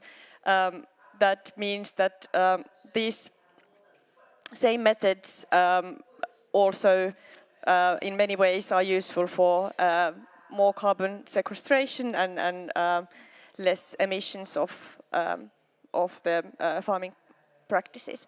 But the National Climate Adaptation Plan is very important for Finland because that gives a role for all of the operators and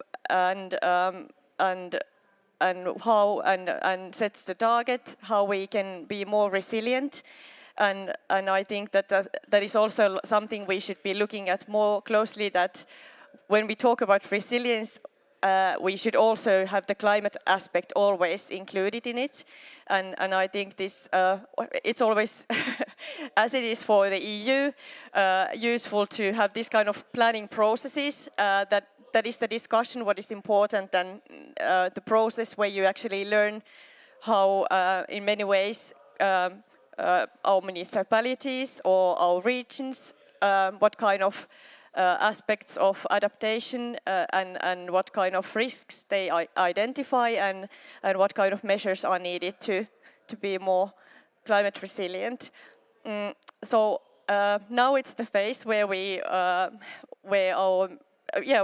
good thing is also that this kind of process also maybe gives a space for different municipalities, for example, to find each other, and now we can see that there is an increased ambition or increased interest to work on adaptation on local level and regional level, and there are many networks being built because of this implementation of adaptation plan.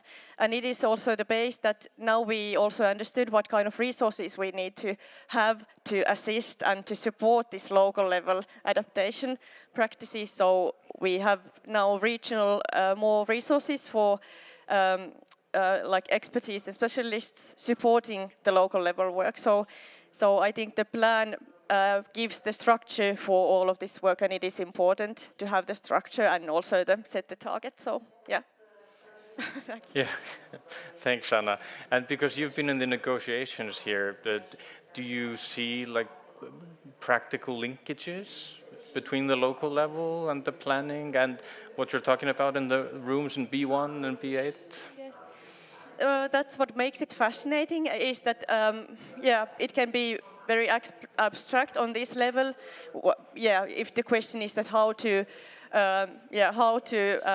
improve the resilience of agriculture and how to cut the emissions. On this level, what you can do on UNFCCC level in negotiations, what practically it's the same issues we are talking and discussing and implementing on a local level, and that applies, of course, for many different countries. So, but the linkage, what I see is also this point of view that for a farmer or for an African country, for example, in negotiations, it might be the adaptation is the basic, that's the need. They have so many risks they face because of the climate change, and the difference for some countries is that our societies are quite stable, and we can tolerate risks quite well. We're organized. But then there might be some other countries who have lack of this kind of structures and maybe maybe more ask for knowledge sharing about how to improve the adaptation, and this is the linkage that at the same time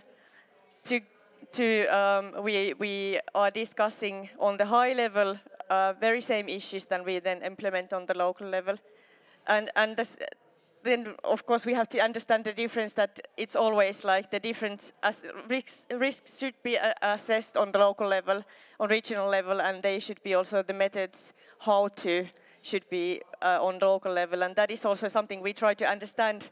What we actually talk about here, how do the others understand the same issue? So, yeah, there are a lot of linkages.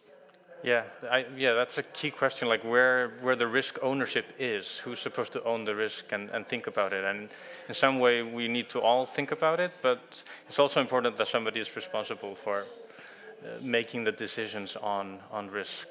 Thanks, Anna. To Finnur, our youth perspective in the room, I wonder, because like in the Nordics, I think there's been a richer focus on mitigation historically, and for a good reason. You can argue that mitigation is the best adaptation measure long term. And the youth movement has been a huge voice when it comes to asking for accelerated mitigation. But what about the adaptation side? Is the conversation picking up about adaptation from the youth perspective? Yeah, I mean, it definitely is, and I sure hope that it will do even more so in the coming months and years, because we're at the point now where our hopes for mitigation efforts on a global scale have in some sense failed. We've gone past the threshold of having done enough mitigation to avoid having to adapt at all. So I think definitely it's coming more onto our horizon now in the youth movement, that we have to also be pushing for robust adaptation measures. And I think it's really nice that we're looking in this specific event about the local scale, because that's where it needs to be implemented. But at the same time, I find it really fascinating to follow the adaptation discussion here at the global level and see how the youth debate is in that sense. And I think the shift that we're now seeing and have been seeing in the past few years in the youth climate movement on the global scale is that mitigation was previously the main topic, obviously, but now we are seeing the impacts of climate change already in the local communities, which means that our demands also focus on adaptation now. And if I link it to the Nordic perspective as well, we're quite lucky in the Nordics to have limited impacts for now, compared to lots of other places in the world.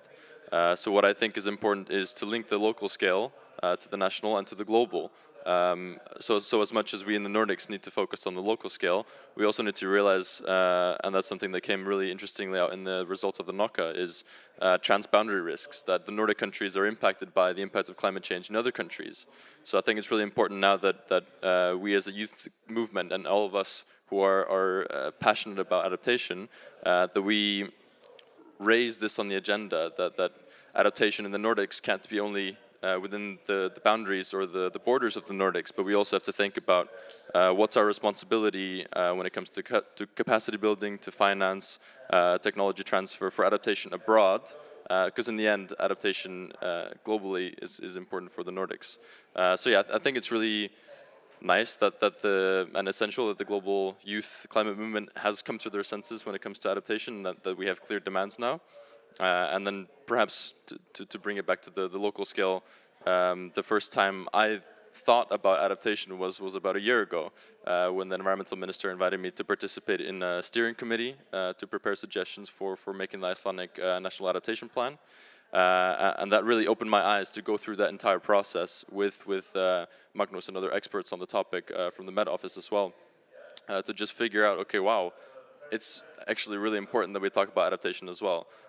So I think it's essential to bring it on the agenda. I think that's probably the biggest thing we have to do for now is bring it to everyone's attention. I think us in the youth movement can help us do that collectively.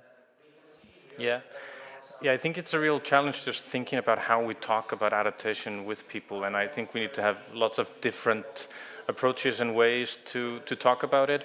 And when we were preparing the conference in Iceland and also looking at the data coming out of it, one of the questions we had was, like, is there a specific Nordic vision on adaptation we're seeing here? Is there some kind of Nordic adaptation we can define or think about as a collective way of thinking about this? And we saw at the conference that like sea level rise was something that everyone was thinking about, but that's also, of course, something that is a big issue globally. And the best way to maybe talk about whether there is a Nordic vision on adaptation or a specific Nordic adaptation is just thinking about what we've been doing, the adaptation measures we've already implemented that are working. So I was wondering if we could maybe take one round where we give one example of something great that we're championing when it comes to adaptation. And I think I'll just start with you, Adrian, again. All right, thanks, and excellent question, I think. So at least one area where I think the Nordic countries have a double task being champions is in providing the knowledge that is needed to act on adaptation. So it's a double task in the way that we do have in the Nordic countries similar challenges. We do have challenges that we need to acknowledge. So climate change is not something for the future. It's not something only for the poorest countries in the world. It's also something for the Nordic countries. Just to take an example, in Denmark, we'll see around 40 to 50% increase in cloud outbursts during summertime. So that's a very big increase, and that's something that is extremely costly and something that is sometimes also a big challenge to security for people with that heavy rains. We saw huge floods in Copenhagen in 2011, for instance, and it's those types of challenges. Sea level, as you mentioned, is something we'll see. What we now expect is a event that is that big that it appears in Denmark around once every 100 years, will, during the end of this century, appear in Denmark once every year or once every second year. So, I mean, the extreme events are being normalized in Denmark. And how we know this? We know that from the climate atlas work that we have been doing. So that's the first task. We'll need to provide that knowledge to ourselves and to the local level. And we are champions in that already, and we need to excel in that even more. But the other role that we have at the same time is how can we use that type of information and that type of work and our experience in the dialogue to help other countries. We need the global track. I think you made a very good point there, and you did as well. Well, we also need to use that information to help the countries that are hit even harder than we are. We're helping, for instance, at the moment Ghana in developing a climate atlas for them. And I think we could do that as a Nordic group even more. But one thing, if I may just answer very concrete to your question, one thing that I think we should do among the Nordic countries is to align our work on the information and data points, because we're not that far from each other. We have maybe a bit different geographies and land bases, but we are in the same area roughly, and we can benefit hugely from stronger cooperation among each others. Thank you, Adrian. Yeah, I think this was really good that you highlighted the knowledge and also the scientific base for that. And I would like to continue or reflect to that what I think is something special for us is also this how we see how we operate with different sectors and the networks we have, and how it's not only about informing, but it's also about learning from the practitioners, and that is an approach what we also have learned that it is very valuable also when we implement our, for example, when we practically implement our climate plans in a way that we have projects where we involve both scientists and forest owners or forest companies, for example, or farmers, and that gives the way for both of the parties to learn from each other. And one example where we also have the Nordic cooperation and similar issues is reindeer herding, so the Sami culture and livelihoods who are really at risk because of the rapidly changing climate. And one example now in Finland is this Sami Climate Council, which brings together the different sciences and also this traditional indigenous knowledge, where you know the land, you know the nature, and you can have access to that kind of knowledge and combine it with the science. And that is actually something also we talk about on the global level, and really like concrete example of it, how to use that kind of cooperation as a base to achieve something where you couldn't achieve maybe otherwise. So yeah, that is the Nordic way of cooperation, that you don't try to engage all because you're not that many. So maybe that's, yeah. Yeah, I just find it really interesting to be here and listening, because I'm learning a lot as well.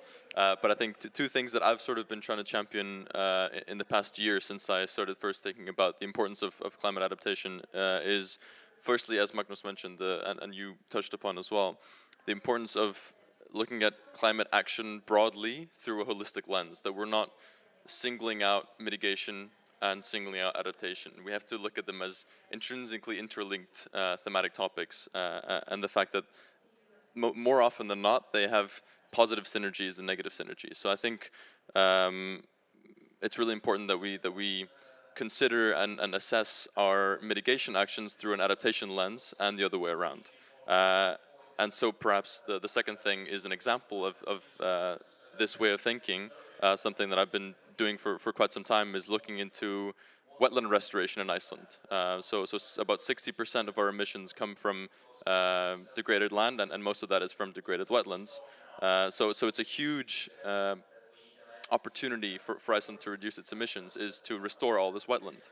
At the same time, if we take transboundary risks aside, increased precipitation and the melt of glaciers are going to be some of the biggest impacts of climate change in Iceland that we have to adapt to. And the restoration of wetlands also happens to be a great solution to adapting to these risks. So I think this holistic view, and particularly for Iceland, and perhaps for other Nordic countries as well, wetland restoration and more broadly restoring ecosystems and using nature-based solutions is a really essential way of thinking about climate action for mitigation and adaptation. There's a reason why we have a climate crisis. It's because we've ignored the importance of ecosystems and respecting nature. So it makes sense that if we want to solve, or if we want to reduce emissions, and adaptation and adapt to the impacts, nature or restoring nature is going to have to be at the heart of that. Having also, in addition to really important effects to the biodiversity. So yeah, I agree. And it applies also to Finland, for example, with a lot of peatlands. I think that, we have communalities in this landscape as well. Our time is nearly up. I think we'll do one final round, and you've kind of started answering this question. But if we look forward and think about what's the most important thing you see needs to happen when it comes to engagement between the national and the local level in your countries. And maybe we start with Finder now and go back to Adrian.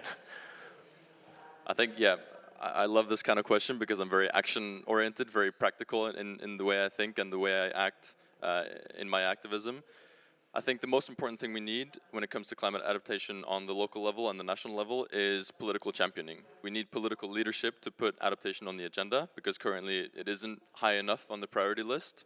So we need our ministers, our politicians, our business leaders, our civil society leaders to really just talk about adaptation in the climate context. It's something that I have to be better at as well in terms of when I have the opportunity to get some point across to people that have planning power or political decision-making power to put adaptation up there on the same level as mitigation.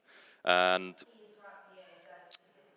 there was something else that I was going to mention, but I think I've forgotten it. Okay. Might come back to it, but yeah. You can come back if you remember it. Yes. Yeah, I think that it's essential to be well interlinked from the government level to the local level, and keep the open communication, because we might not see and understand everything how it looks from how different it might look in different parts of the country, and also like our task is to on the government level to make sure that there is enough of resources for also resources doesn't mean that it has to be like for everybody the same amount, but it can be shared resources. So in that sense that that there is access to knowledge, access to also like support for building networks. And what is very important, what I wanted to highlight, is also this EU framework EU mission, where you actually have also the possibility to have this kind of exchange with the other countries. For example, this EU mission, we are also, many of us, I think, involved, is this having 300 municipalities and regions through Europe, and that brings also the access to maybe if the climate is changing, and it is, we need to also have access to knowledge from south, because in north we might face in the future similar problems that we don't have yet. Mm-hmm. So yeah, interlinkages in many ways. Thanks. All right, so I think I could have said both points actually. So political leadership and support and the things that you mentioned, I think both are extremely true. But you having said that, I have to say something else. So I think how can we get those things? So how can we get leadership? How can we get the support needed to act at a local level? For me, I think there's one key issue, and that's awareness.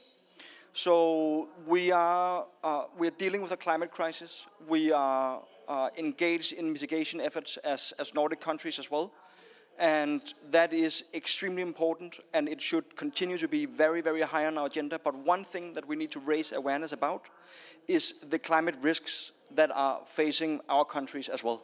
So that's really an awareness issue, and it's not that in the Nordic countries we are not aware as normal citizens about climate change.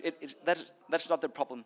The problem is that we have, and I think that's a fundamental a psychological problem, that we have a hard time comprehending this huge global issue. How does that affect us and our next generations to come? So that's something that we need to work with. And I think we need to work with it in a way that is very systematically, that we produce the maps, that we show the colors, that we show the sea level rises, that we show where the rain will fall, how the reindeers will be affected, and so forth. We need to be very, very explanatory to ourselves and to our fellow citizens. So I think awareness is what will get us to those excellent points that you raised. Thank you, dearly. I think we'll wrap it up at this point. I think one way of talking about risk is through the concept of maladaptation, to avoid doing things without thinking about adaptation, and so maladapting in a way. And I think the bridge building we've been talking about, and the need for good climate information and climate information services and communication between stakeholders at different levels. This is key really to not maladapt, to avoid maladaptation and unnecessary risk. But thank you, Finnur, Anna, Adrian. Thank you, Theodora, for your presentation. Thank you, Karen, for opening for us earlier. It's been a terrific event. And I think we can keep discussing for a bit over a couple of croissants, right, Theo? So we have some croissants that will be brought out now. Thank you all for coming and joining online, and have a nice rest of your COP.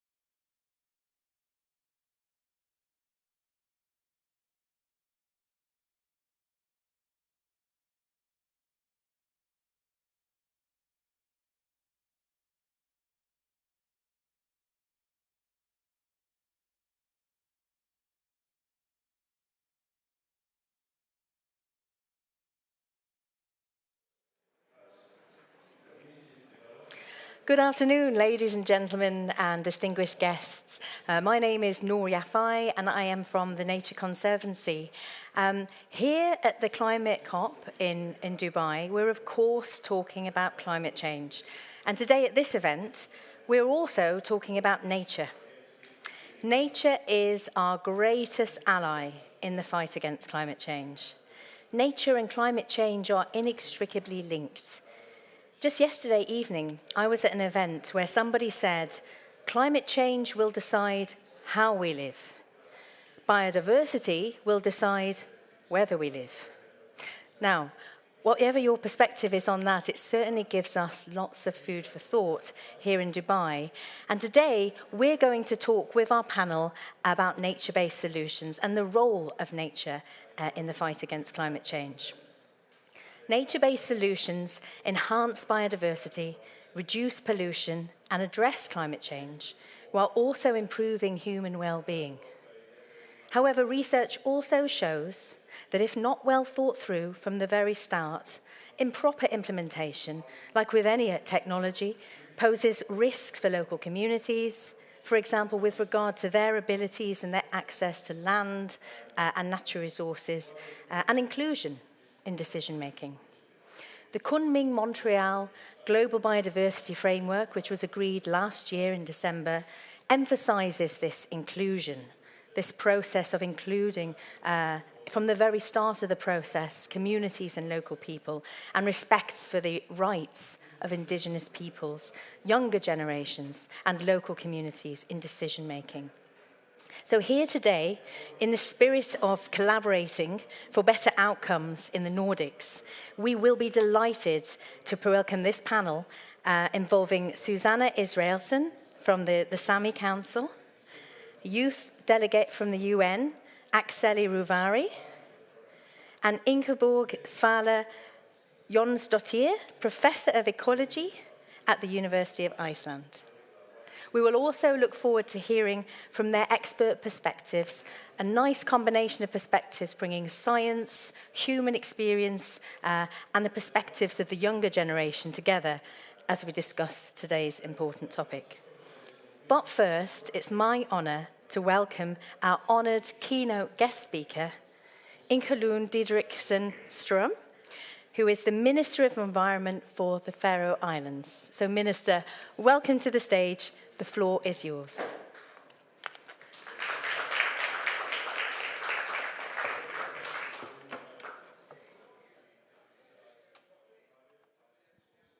Thank you, and good afternoon, everyone. It is my pleasure to open this event focusing on a crucial topic for a resilient future: nature-based solutions in the Nordics.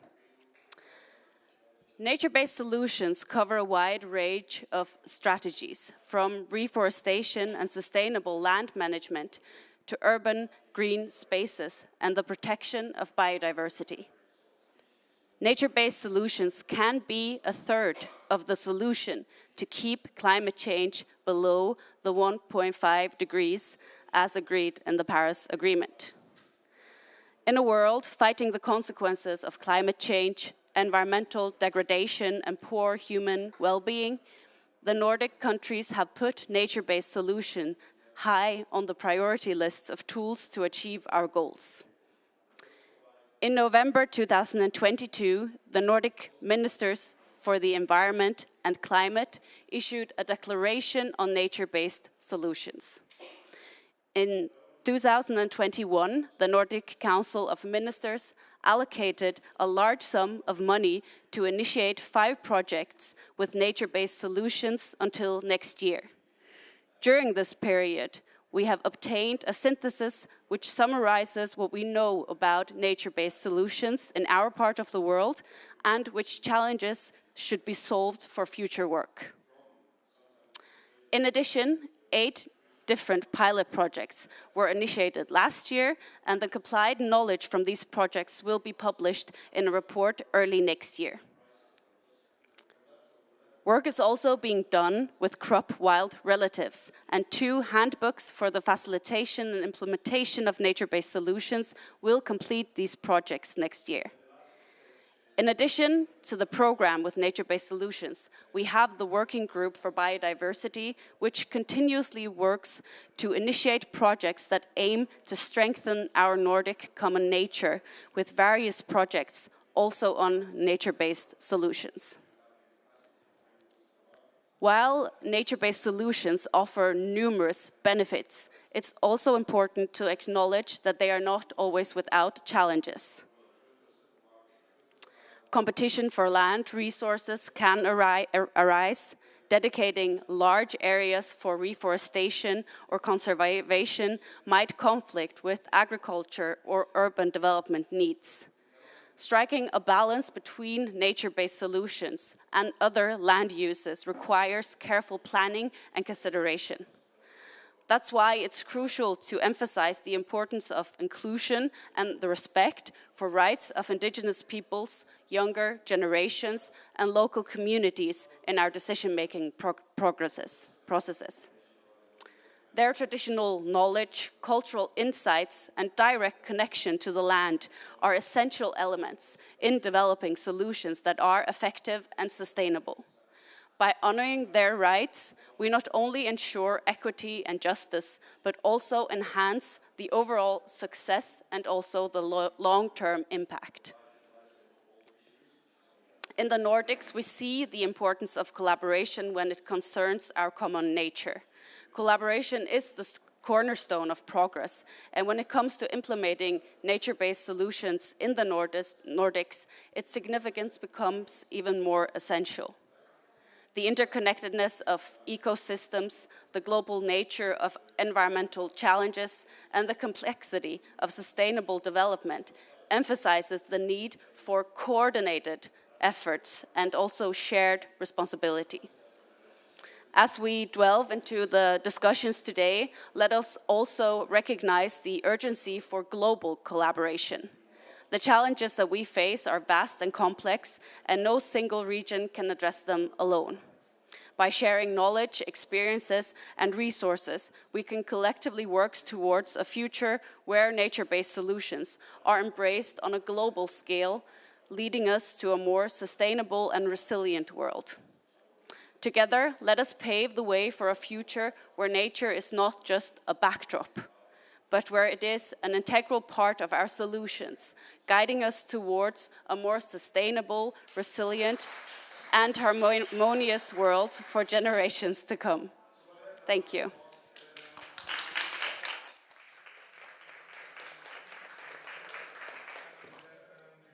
Thank you. Thanks.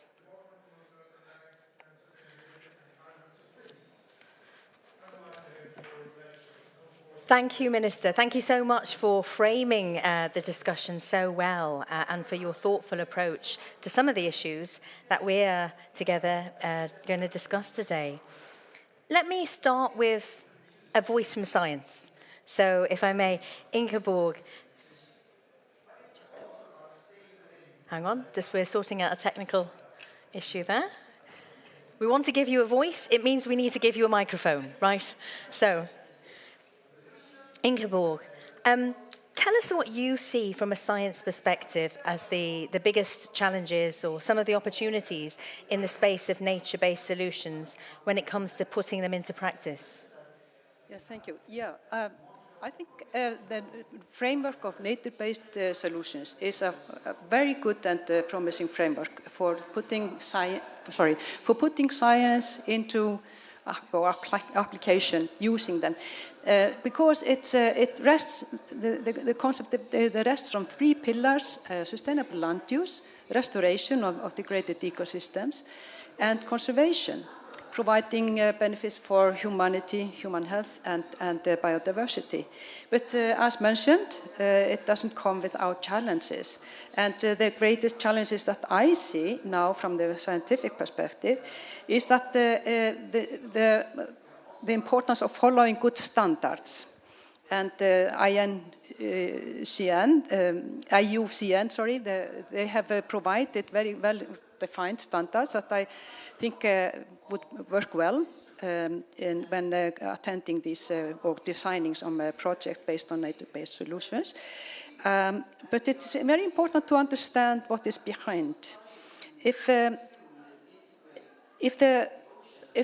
these standards are not followed correctly, then we might be introducing new threats. And it might be that we take the risk of when we are mitigating, for example, climate change, we might cause some problems regarding harming the biodiversity. And that is why I think to overcome this challenge is information and education on all levels. So everything should be explained and informed. We need to know exactly what does biodiversity mean. It's a big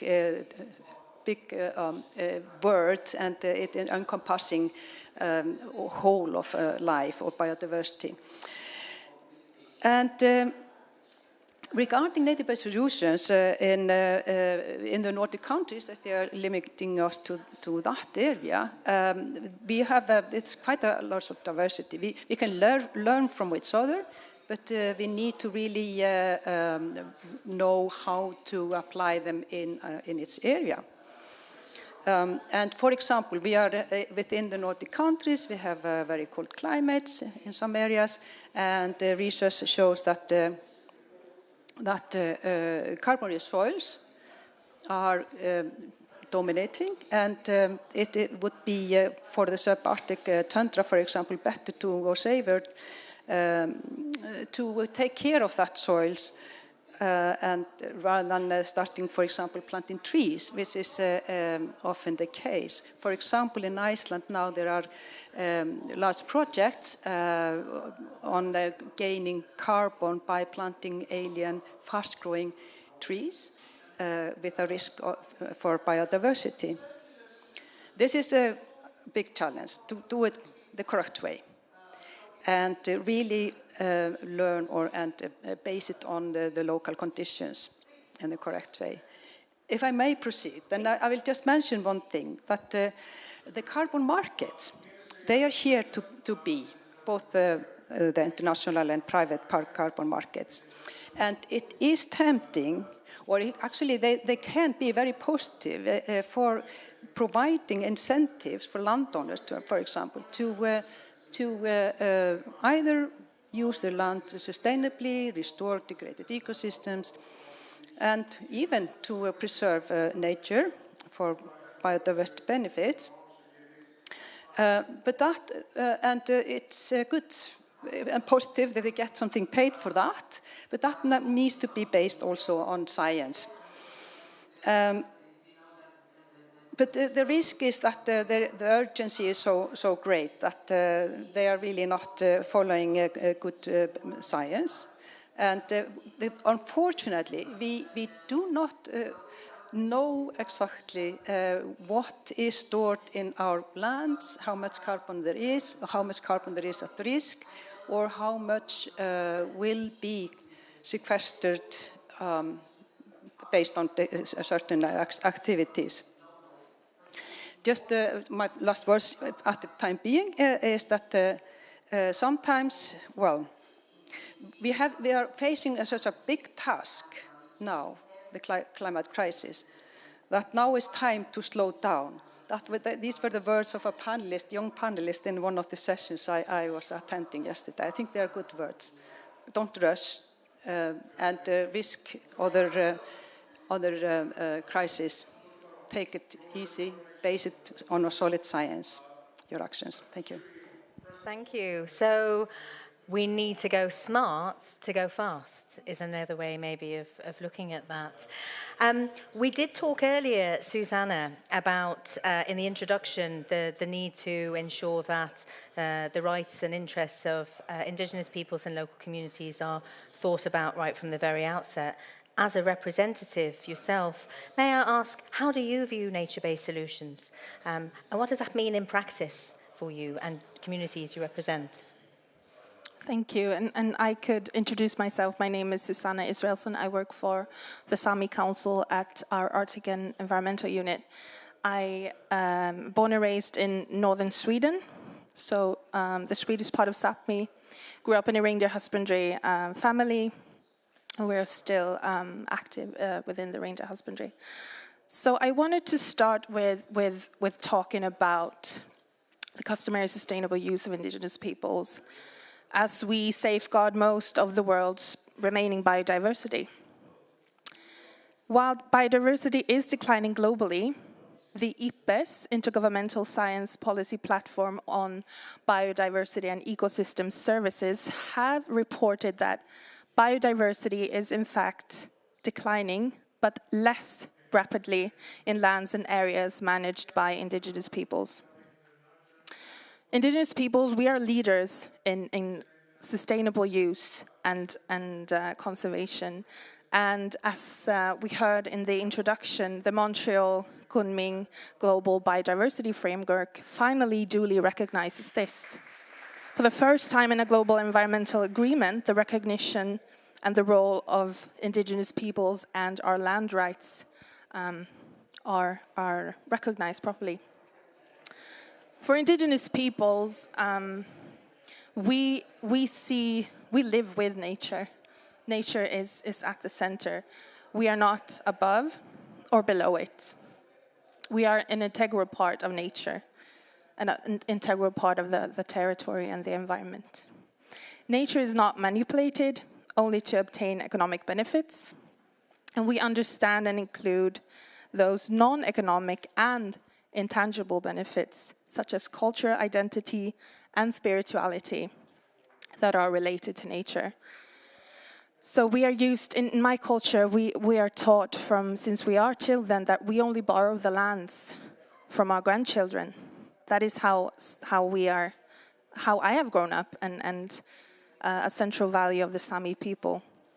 We have been in Sapmi since time immemorial, but it's hard to see the traces of our culture and livelihoods, which is a receipt of our sustainable use of the territories. So, yes, that would be how I view what needs to be done.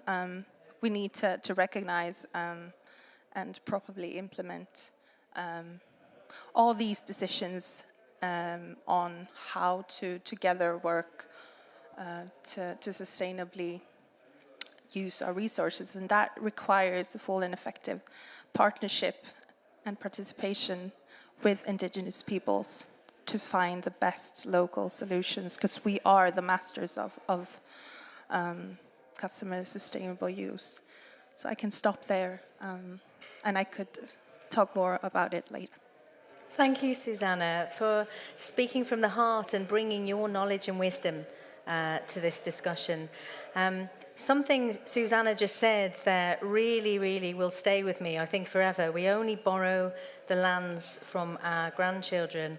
So if I look to you, Akseli, as a UN youth delegate, as we think about the youngest generation of today and generations to come, could I invite you to tell us a little bit about what you're hearing from youth delegates here in the COP, about their attitudes and their perspectives to the role of nature in fighting climate change? Yeah, so first of all, it's a pleasure to be here, everybody. So I'm Akseli Rouvari, I'm the Youth Climate Delegate of Finland. And I think this topic is very interesting and important, and as was described in here, I think one of the things that brings me a bit of optimism is the rising trend of biodiversity and nature, because we've been talking about climate change for a long, long time, but at the same time we're seeing extinctions, we're seeing ecosystems collapse in a way that we've never seen before regarding biodiversity, and that has been quite bubbling under the bubble. So now I think the narrative is moving to the right direction, but I think it's very important, and as the voice of young people here, I think it's very important that we must recognize that we're running out of time with climate change, but with biodiversity crisis we are even less out of time, because we're only now waking up to that phenomenon, because we've been talking about climate for years and years, and basically the progress is slow, but we don't have that time frame with biodiversity crisis, so we have to act now, and we have to act strongly. So I think that the Montreal Biodiversity COP last year, it was a good start, but we need to implement the solutions on every level. It's very important that we need to need to have different practices in place. So first of all, we need regulation. We need much more regulation. We can't leave it up to a voluntary basis to implement nature-based solutions, to have the practices that make it more sustainable for nature. We need to have strong regulation. I've been pleased about what the European Union has been doing, for example, because in Finland we have the forestry industry and we have some practices there that maybe are not enhancing our biodiversity, even vice versa. So I'm happy about that the European Union has been quite strong about this, but at the same time we need to be stronger with that. We also need to have incentives. I think it's important that within these questions, when we're talking about biodiversity loss, we need to have different groups within the discussions. As indigenous people, they're very important. We need to have youth involved, and we also need to involve business sector and private sector for these discussions. So I actually was quite encouraged because 3 weeks ago in Finland we had this kind of a groundbreaking finance and nature summit where all the major actors from the Finnish corporate life and financial institutions were present to discuss nature and biodiversity related teams together with experts and scientists and science-based solutions, and I was even quite surprised by how strong of a statement they made after that, the big actors in Finland. So I think there's also an opportunity because we need to get all the financial flows to move in a more positive direction to really implement nature-based solutions and build a sustainable society. But of course, as I said, it can't be based on voluntarily. We need to have a regulatory framework that is very strong, but at the same time, we need to implement the science through business and through private sector also. So I think that's one of my key messages, and naturally, I think the youth globally are very active with this discussion. The youth has been talking about the biodiversity crisis for a long time, and we're happy that it's now been coming. For example, in COP we have the Biodiversity Day today, so I'm happy that these discussions are being heightened, and in general, I have found the collaboration between youth from all across the globe really powerful and empowering. I think we have different perspectives and we have different experiences, but we all share kind of a connection to the nature and to the planet and to the way that we want to have a sustainable planet in the future too for the coming generations. So I think that's been quite important for me at least. Thank you, Akseli. So you covered a lot there. You talked about the need to bring in the private sector. You talked about the need for incentives. And then you didn't say it, but in my mind is also the need to avoid greenwashing as well. So is that where the role of regulation, as you said, also comes in? Exactly. So greenwashing, that's the role of regulation. So I think we also have we need to have a strong regulatory framework that eliminates that, and we need to have strong standards based on science. And as I said, it can't be based on voluntarily. It has to come from the best science, and it has to be very strongly regulated. So yeah, that's true. So we're going to go back to you as a voice of science. Just mentioned science. Do you believe that we are seeing governments investing enough in the science that is going to be needed to inform the development of these regulations, the frameworks for implementation? How do you see the role of science in? Do you think we're investing enough in science to take some of this forward? Of course, a scientist says no, never enough. But that said, I think we are lacking a lot of knowledge. We know a lot, and we should not wait too long to get to know everything. We will never know everything. But we need more information about our ecosystems and how to manage them, how to restore, how to use them sustainably, etc. And particularly if we are going into actions like carbon sequestration, I think we are on a very thin ice sometimes there, and that links to the carbon markets, unfortunately, a little bit. The incentives that we see now is more regarding carbon sequestration rather than cutting off emission. And let me just say that globally, 15% of the anthropogenic emission is based on unsustainable land use and land degradation. So there is a lot of things to do there. But the incentives are, at least in my country that I know of, and I think also in the other Nordic countries, they are more on sequestration rather than restoration. And we need much more. To bring the microphone up a little. Yeah, sorry. We need to emphasize that more.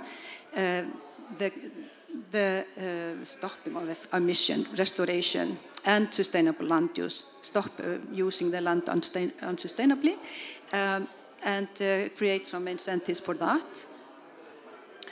I will also emphasize that emission from degraded land and from unsustainable land use is the main issue regarding nature-based solutions in my mind. Sequestration comes as a bonus. It's important too, but the main emphasis should be on stopping emission from the land. And I think, well, the way that the indigenous people have been using the land, that maybe can teach us a lot. So I'm a scientist. I've been saying that many times here now, and the emphasis and the importance of basing on science, but I also want to emphasize that we also should take into account traditional knowledge. Yes. Maybe stop there. Thank you, Ingeborg. Actually, some of the best examples I've seen at this climate COP of nature-based solutions have been ones which combine the latest thinking on science with ancestral knowledge and wisdom. So that's why I come back to you, Susanna, in light of what you've set out as some of the challenges, some of the things that we need to ensure we think carefully about from the outset. What would you also like to see as the solutions, and where would you ideally like to see us go next with nature-based solutions? The solution to the environmental and biodiversity crisis is not more of everything, but less.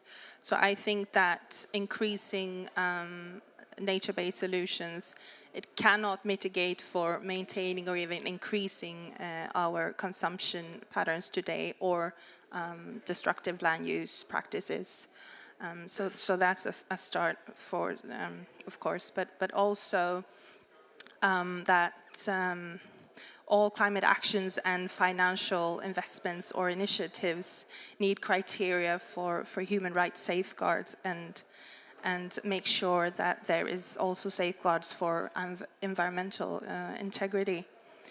But one important aspect is also the partnership with Indigenous peoples to properly utilize the knowledge of Indigenous peoples, our practices, innovations, and values on how we together can work to try to solve these issues. And that also requires protocols for ethically and equitably engaging with Indigenous peoples and all knowledge systems. Because this is about meeting people's needs, and that includes also culture, history, values, and spirituality. And that is something that I often find is totally forgotten in these spaces and in these discussions. So I would say that all actions, whether nature-based solutions or not, must be based on the recognition of the individual and collective rights of Indigenous peoples, utilizing the knowledge of Indigenous peoples, but also the processes that are led by Indigenous peoples themselves. So really focusing on Indigenous partnership with Indigenous peoples for us for community-led initiatives. Which also can support the leadership and the capacity of Indigenous peoples in terms of adaptation as well. So I think I could stop there. Thank you. There's so much value in the knowledge and experience that peoples that you represent can bring to this, and we need to ensure we do value that, and that is brought into every part of the thinking and the doing on this.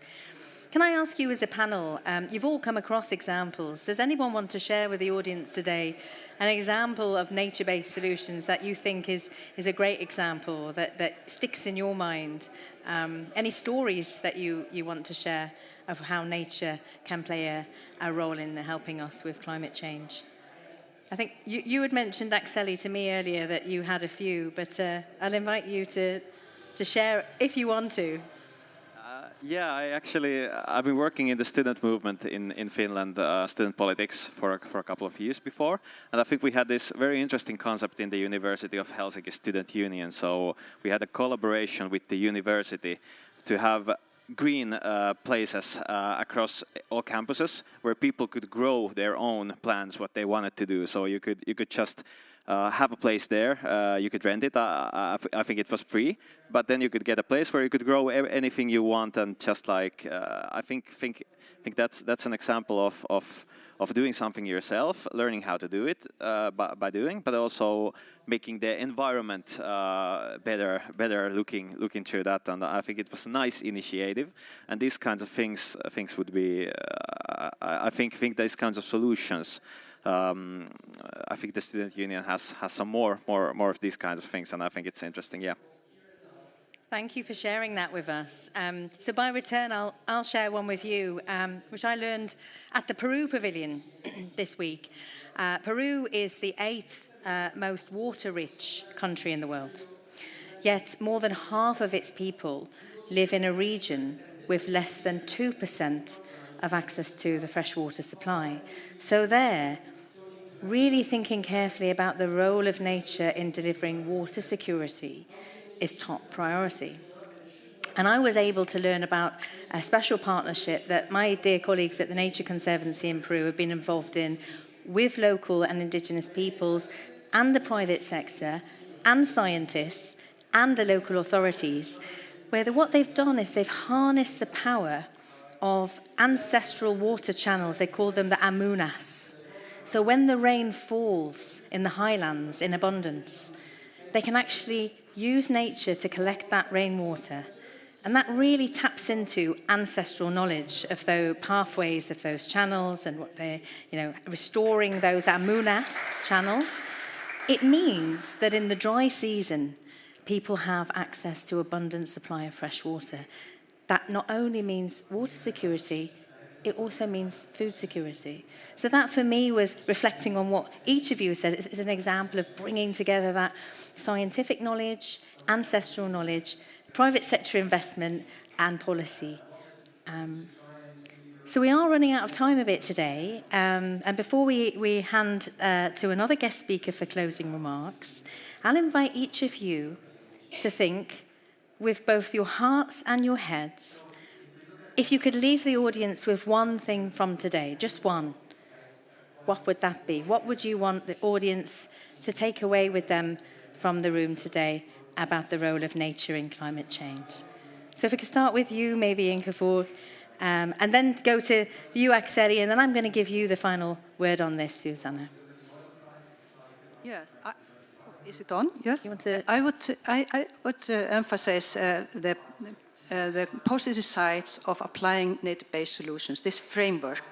I think it can bring a lot of benefits for humans and nature. I mean, it's one. Man is part of nature. We shouldn't forget about that. And it's fine to apply it in terms of climate mitigation. I think we can do a lot there. But we should not forget about the main threat regarding climate change, not focus too much on nature-based solutions as a climate action, because we are still facing the other 85% of the greenhouse gas emission anthropogenic is based on burning fossil fuels. We should not forget about that. But nature-based solutions, this framework, it brings so much other benefits, I think, as you just described. So this is something that we really should develop and base our actions on for a variety of benefits. I think that is my main message from this panel discussion. Thank you. Thank you. Sure. So, yeah. So I think I'd like to encourage everyone to think about how the biodiversity crisis affects what you do, because as we have seen, the role of climate crisis is understood better and better all the time, and we understand that it affects everything, it affects everyone, and it affects every job, every kind of thing you do in your life. But the biodiversity, the role of that is only rising. So I would encourage everyone to think about how it might affect what you do in your life, and how could you contribute to a better future through that, and what you could do to raise this issue more, because we need more awareness between politicians. I think the role of science. I think science is. We do have answers. We do have solutions. We are still researching naturally, but we do have lots of knowledge already. So what can you do to bring that up more? I think I would like everyone to encourage you to think about that. Thank you, Akseli. And Susanna, please, over to you. I would say, due to the many actions that fall under the nature-based solutions umbrella today, which of course comes with its challenges, I think my main message would be the importance of securing that there is the human rights framework at the center of all these action as a foundation for everything that we do, that respects the rights of Indigenous peoples, but also partners with Indigenous peoples as part of the solution. For us being partners in sharing our knowledge on how to sustainably use and live as one with nature. And we have many good examples of that. The IPCC latest assessment cycle highlighted the restoration of the Vanikei River in Finnish Sapmi that the Skolt Sami have done during the past, I don't know how many years, but also we have science that shows on how beneficial the ranger husbandry is to biodiversity, and why that is a central part of the Arctic and the flora and fauna, and how everything is connected and contributes to one another. It also highlighting the Laponia World Heritage, the management of the World Heritage in my area, where the board is composed by, I think it is representatives from the county administrative board, but also the reindeer herding communities in that area that together manage this World Heritage, which is why the reindeer husbandry is one part of why this area is recognized as a World Heritage. So that is also a good example of collaboration and leadership on what we should do and how to manage and take care of biodiversity. So that would be my last words. Thank you. Thank you so much. In such a short space of time, we've covered a lot today, and I really get the impression that we could continue this discussion. Sadly, we cannot. So I'd like to invite you, the audience, to join me in expressing our gratitude and appreciation for the panelists today.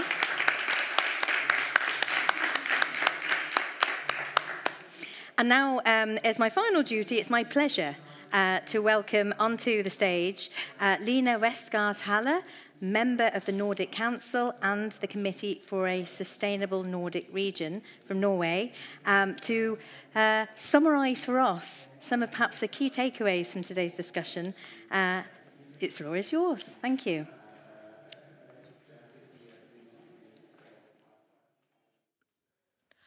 Great. Thank you, and thank you, panelists.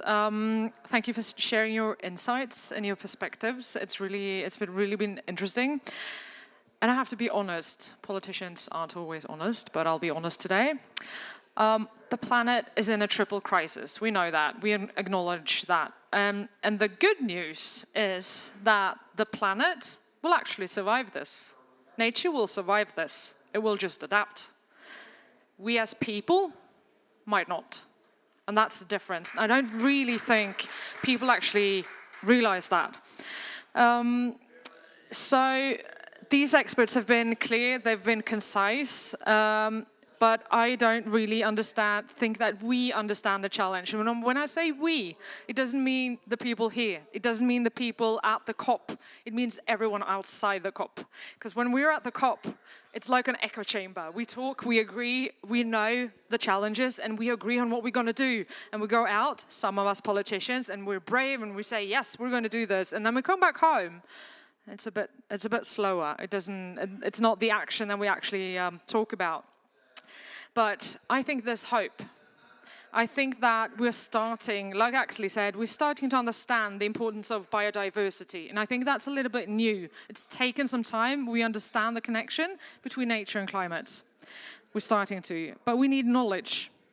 And I think in order to go fast, we need to go smart, because we're not going to manage if we don't do that. And we need to use both the stick and the carrot. I don't actually like carrots that much. We need a better word for it. But we need both the stick and the carrot. We need to regulate, and we need to incentivize. And we need to get the capitalists and the idealists to pull together, because we're not enough idealists. We can't do it alone. So we have to do it together, and we have to get businesses on board. And we really need to involve everyone while doing this. We need local communities. We need Indigenous peoples that actually have a lot of knowledge that the rest of us actually don't. But I think, and here's the hope, I think the Nordic region is actually something that can give us hope. I think we can be frontrunners in the Nordic region. We do actually have a lot of knowledge, and we do actually want to regulate, and we want to go in the front. So I think what we can take from today's panel and today's discussion is that there is hope. And I think we can do it together in the Nordic region. Thank you.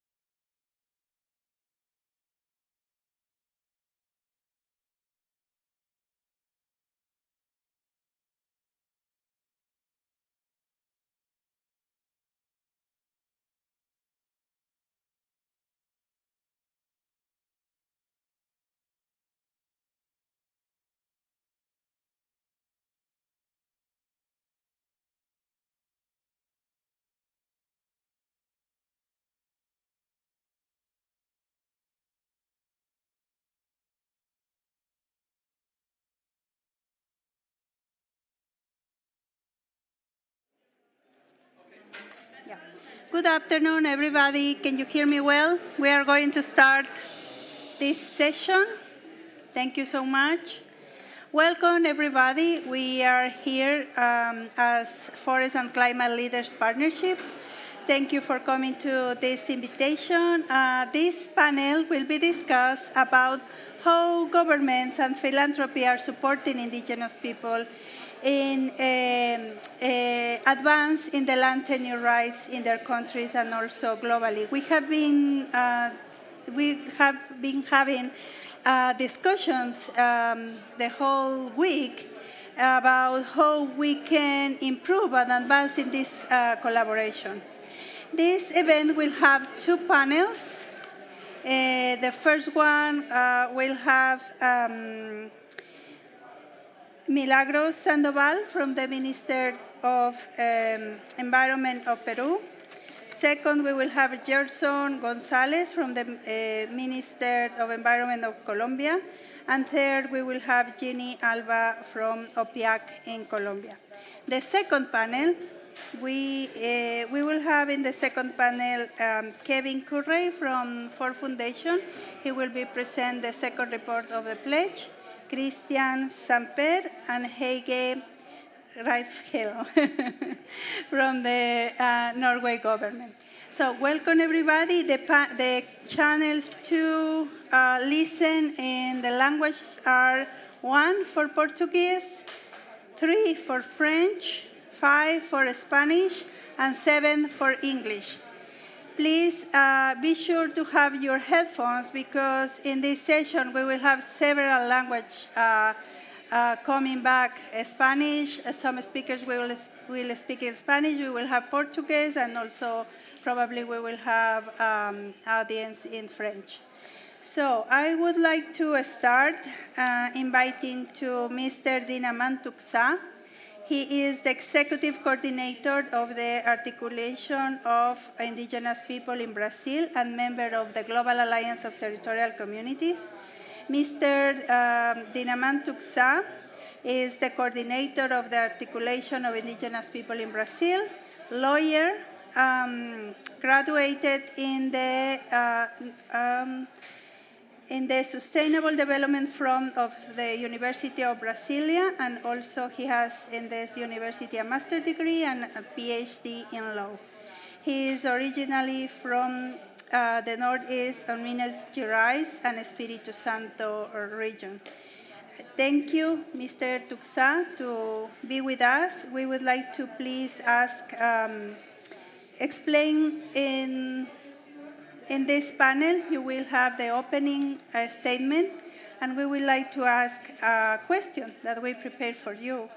The question is why investment in land tenure is crucial to achieve the Glasgow commitment to reduce and halt deforestation until 2030. So maybe you can use this stage or whatever you prefer. Welcome and thank you for being with us. Aplausos, por favor. Bom, oi. Bom dia a todos e a todas. Bom, eu estou aqui, sou Dinaman Tuxá, faço parte da Articulação dos Povos Indígenas do Brasil, a PIB, membro da Aliança Global de Comunidades Territoriais, aliança que compõe 5 grandes organizações a nível global. Então, desde a COP27, temos mantido um diálogo, estreito com a FCLP, em busca de políticas que realmente protejam os nossos povos e os nossos territórios. Nós, povos indígenas, somos detentores de 80%, mais de 80% da biodiversidade. Over 80% of the biodiversity in our territories. O nosso modo de vida tem promovido a proteção territorial nossa e da nossa biodiversidade. Nós temos dados concretos que nós sempre alertamos ao mundo que os povos indígenas fazem parte da solução para conter a crise climática. Mas é importante dizer que nós protegemos o território. Mas quem protege os povos indígenas?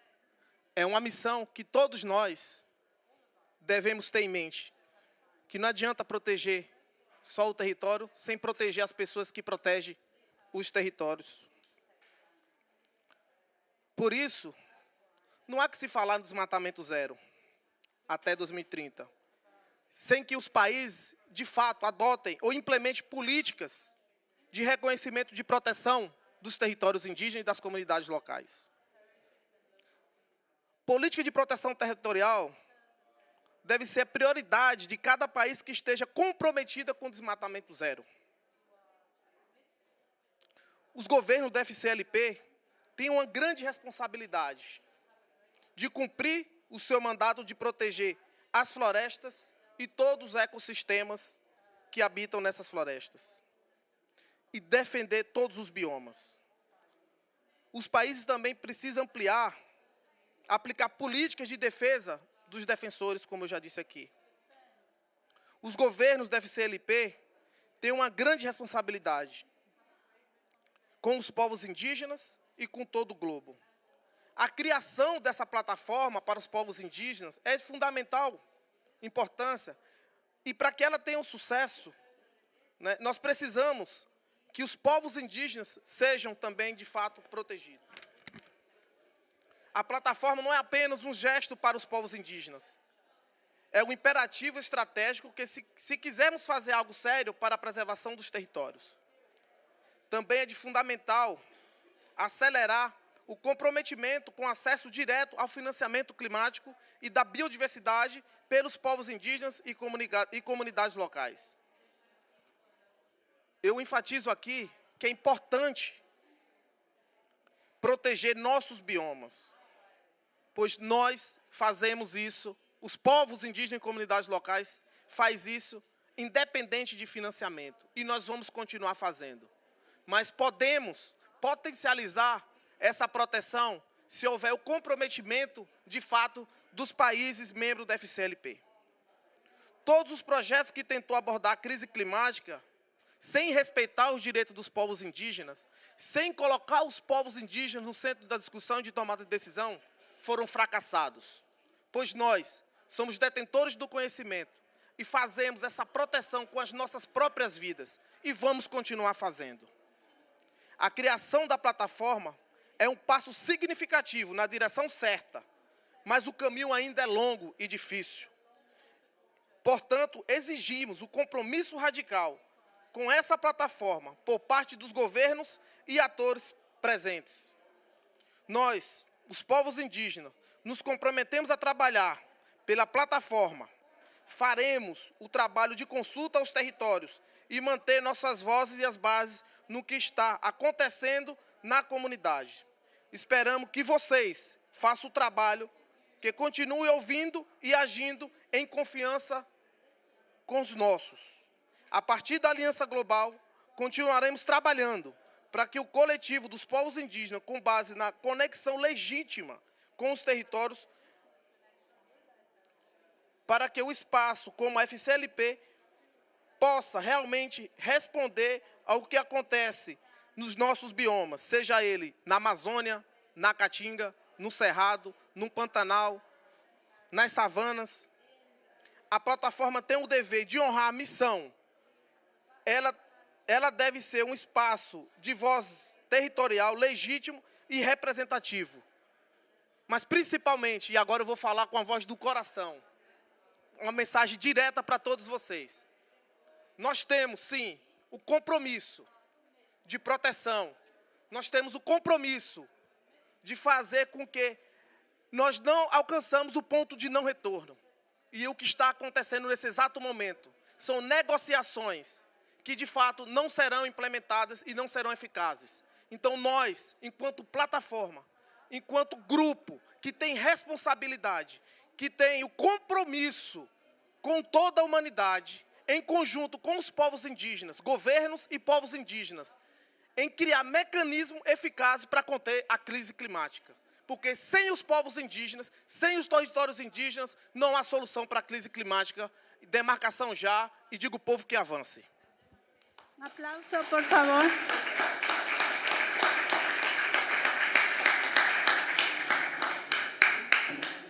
Muchas gracias a Dinamán, que ha puesto el corazón en su discurso y nos está haciendo conectar a nosotros como seres humanos con la naturaleza y con la necesidad de proteger a los pueblos indígenas. Él ha dicho que existe el compromiso de los pueblos indígenas, es un compromiso milenario de proteger los bosques, pero ¿quién está protegiendo a los pueblos indígenas? Y ha hecho un llamado a los gobiernos para que en la plataforma que se lanzó el día de ayer de apoyo a los pueblos indígenas hay una real y radical protección a los pueblos indígenas. Muchas gracias. But I am going to switch to English, so sorry, but from Portuguese I just switched to Spanish. Well, let's start with the first panel. In the first panel we will have Milagros Sandoval, Director of Climate Change, the Ministry of Environment of Peru. I also will call to Gerson Gonzalez, Advisor of the Minister of Environment in Colombia. And I will call also Ginny Alba, who is the Technical Secretary of the National Commission of Human Rights of Indigenous People in Opiac, Colombia. So we will have a very interesting dialogue. Can I move around with this? No sé si se pueden mover un poquito. No. Por si no. Estoy atada. So, let's do it in Spanish or English? Lo que tú quieras. En español. We have 3 speakers speaking in Spanish. Ok, vamos a hacerlo en español en honor a que tenemos 3 grandiosos speakers aquí en el panel. Voy a presentar a los panelistas y voy a hacerles una pregunta. Voy a empezar con mi colega y amiga, a quien conozco desde hace muchos años, Milagros Sandoval, quien lidera la Dirección de Cambio Climático del Ministerio del Ambiente del Perú. Milagros es una abogada que tiene más de 15 años de experiencia en manejo sostenible de los recursos naturales todos estos años ella ha estado trabajando también, aparte de cambio climático, del tema de cambio climático, en la protección de los pueblos indígenas y también en la equidad de género. Antes de unirse al gobierno del Perú, ella fue la directora de cambio climático de la Dirección de América, del continente americano de conservación internacional. Y desde septiembre, Milagros Sandoval se ha unido como co-líder del grupo de trabajo 4 del FCLP, que es el grupo que apoya a los pueblos indígenas y comunidades locales. Milagros. El gobierno de Perú, conjuntamente con el gobierno de Noruega y los países que están trabajando en el área de trabajo 4, lanzaron la plataforma de apoyo a los pueblos indígenas y comunidades locales en las acciones forestales climáticas. ¿Nos podrías comentar en qué consiste esta plataforma? ¿Cuáles han sido los diálogos que hemos tenido para consolidar y tener el lanzamiento de esta plataforma? ¿Y cuál sería el llamado a los países, a la cooperación para apoyar en que esta plataforma llegue a ser efectiva? Bueno, muchas gracias, Carla, y muy buenas tardes con todas y todas, todos y todas. Efectivamente, desde el Gobierno del Perú, nosotros nos unimos al FCLP en septiembre de este año, después de un proceso de de análisis profundo en relación a nuestra contribución también al proceso de FSLP, de ver que también nuestros países hermanos estaban también uniéndose y sin duda también para poder llevar un poco nuestra experiencia y nuestra voz a espacios como los que tiene el FSLP. Y por eso es que nos interesaba mucho poder acompañar y siempre con los colegas de Noruega, con los que tenemos un trabajo ya de muchísimos años en poder avanzar y poder traer, tengo background music, ¿no? Y poder traer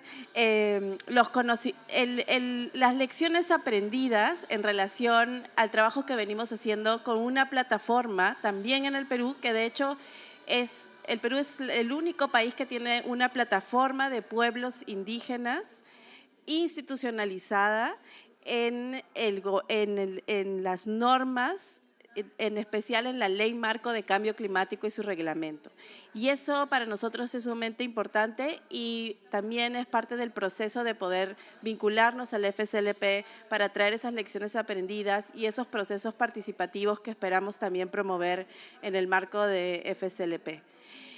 Ayer, como comentó Carla, lanzamos la plataforma y estamos muy contentos porque primero que ha sido un esfuerzo conjunto con Noruega, pero en especial ha sido un trabajo importante de conversación con los pueblos indígenas para también ver si es algo que les interesa, si es algo que es útil, si es una herramienta importante para poder llevar la voz, para poder llevar las voces en especial de los pueblos indígenas al más alto nivel.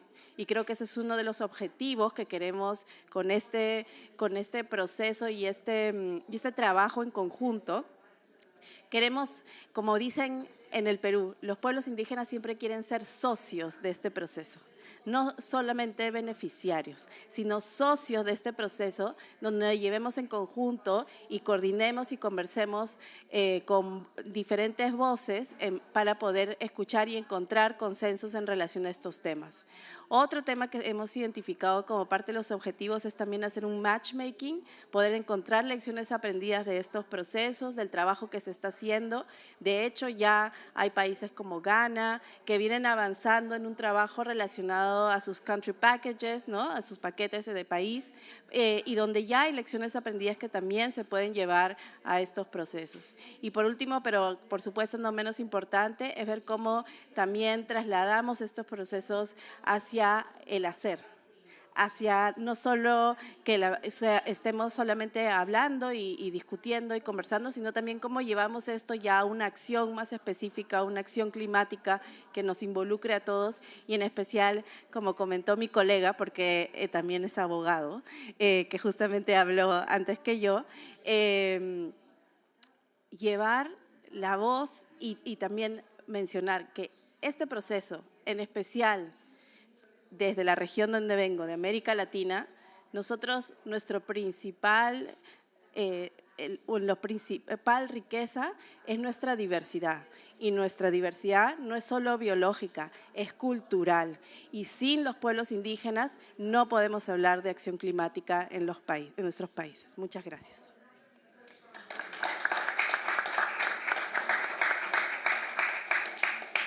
Muchas gracias a Milagro por explicarnos más los detalles de qué vamos a hacer en esta plataforma y los compromisos que hemos asumido como FCLP en esta plataforma.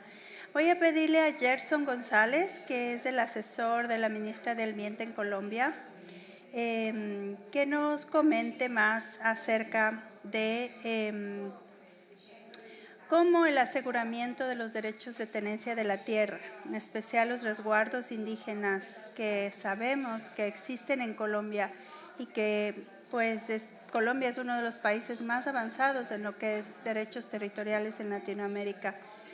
¿Cómo ha ayudado este link?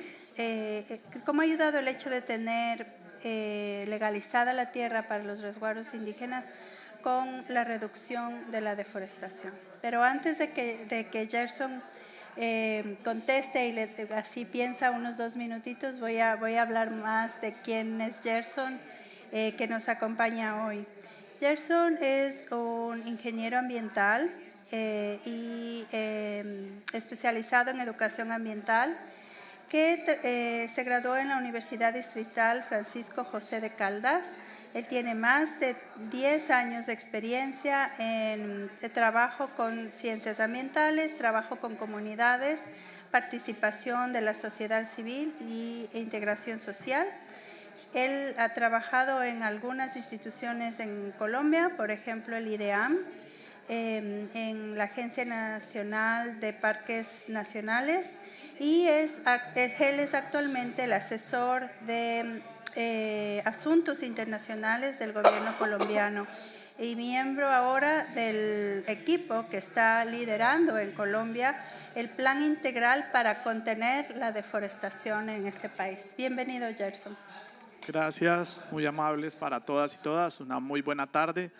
En nombre de nuestro gobierno, saludarles, agradecer la invitación a este espacio y sobre todo agradecerles la oportunidad de poner y dar a conocer la relación y el trabajo conjunto que vienen haciendo el gobierno de Colombia y los gobiernos indígenas en Colombia. Nosotros hemos identificado a lo largo del tiempo, desde que tenemos datos con nuestro sistema de monitoreo de bosques y carbono y hacemos el seguimiento a la deforestación, el comportamiento del estado de los bosques, y nos ha logrado demostrar que donde existe presencia de comunidades indígenas, especialmente los resguardos reconocidos por el gobierno colombiano, hay una tasa de deforestación de 2.6 veces menos que la que se presenta en el territorio nacional. Si consideramos que Colombia tiene un 52% más o menos de bosque y ese bosque, un 40% está en manos de los pueblos indígenas y un 5% más o menos está en manos de las comunidades afro, y allí es donde se presenta menores tasas de deforestación, hemos logrado identificar que hay una estructura de gobernanza a favor del bosque. Y esta es la propuesta y la apuesta que el gobierno de Colombia, que lleva más o menos un año en ejercicio, ha logrado transmitir en el marco del plan de contención de la deforestación. Y en el marco de este plan entendemos que uno de los pilares fundamentales es la consolidación de la paz territorial, y es una apuesta que hemos transmitido a todos los sectores del gobierno del Estado colombiano y hemos venido trabajando de la mano de los pueblos indígenas.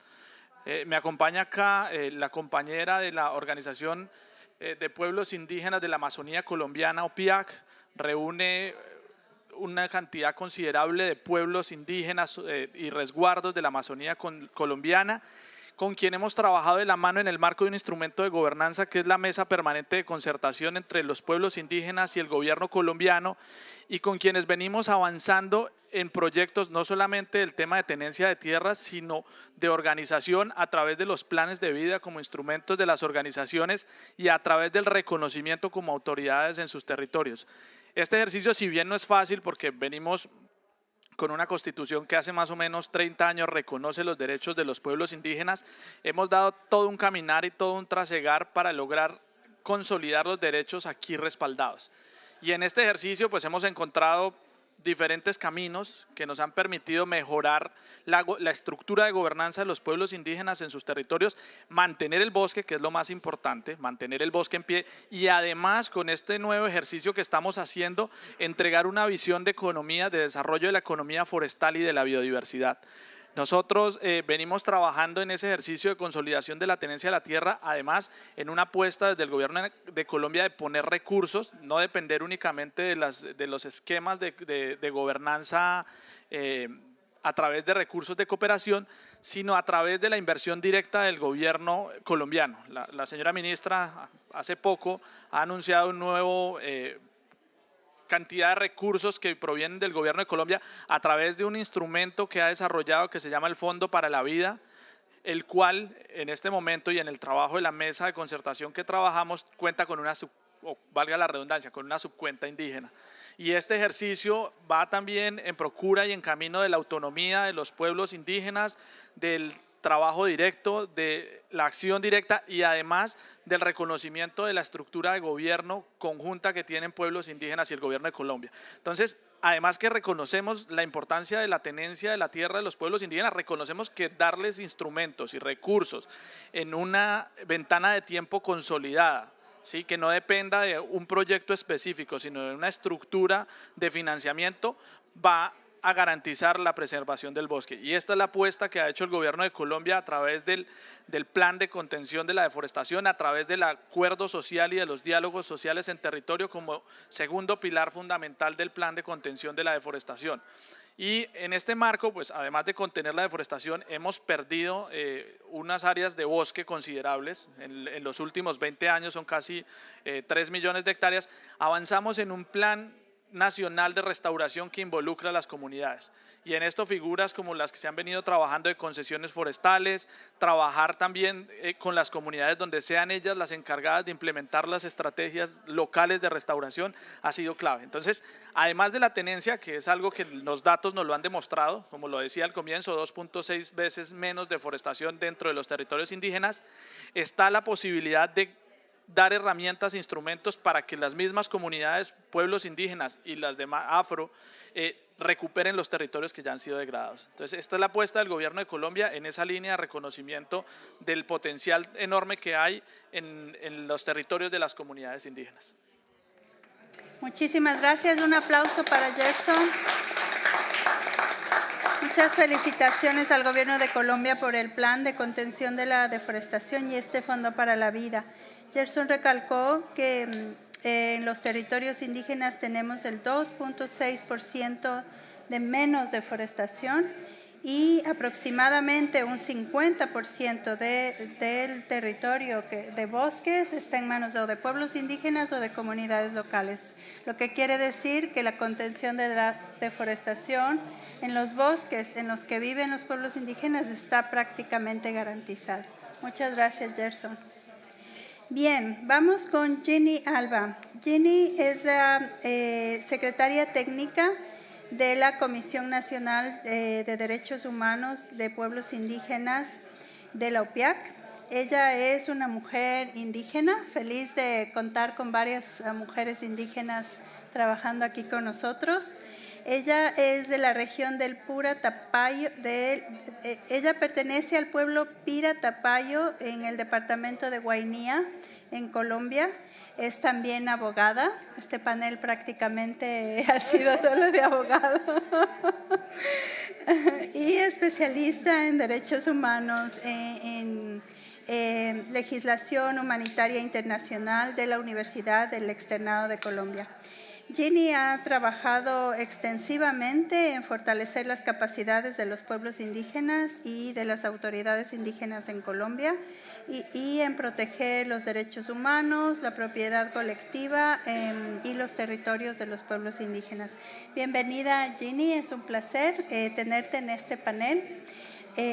Mi pregunta para ti es, ¿cuál es el papel de las organizaciones de los pueblos indígenas y por qué estas son importantes?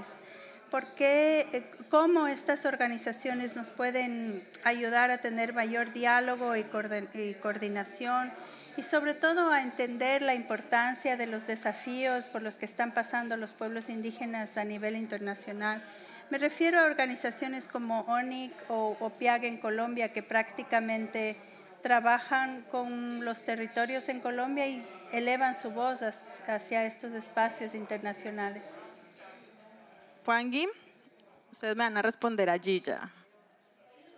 Puangi, bueno, ese es un idioma que hace parte de la Amazonía colombiana del pueblo Inga.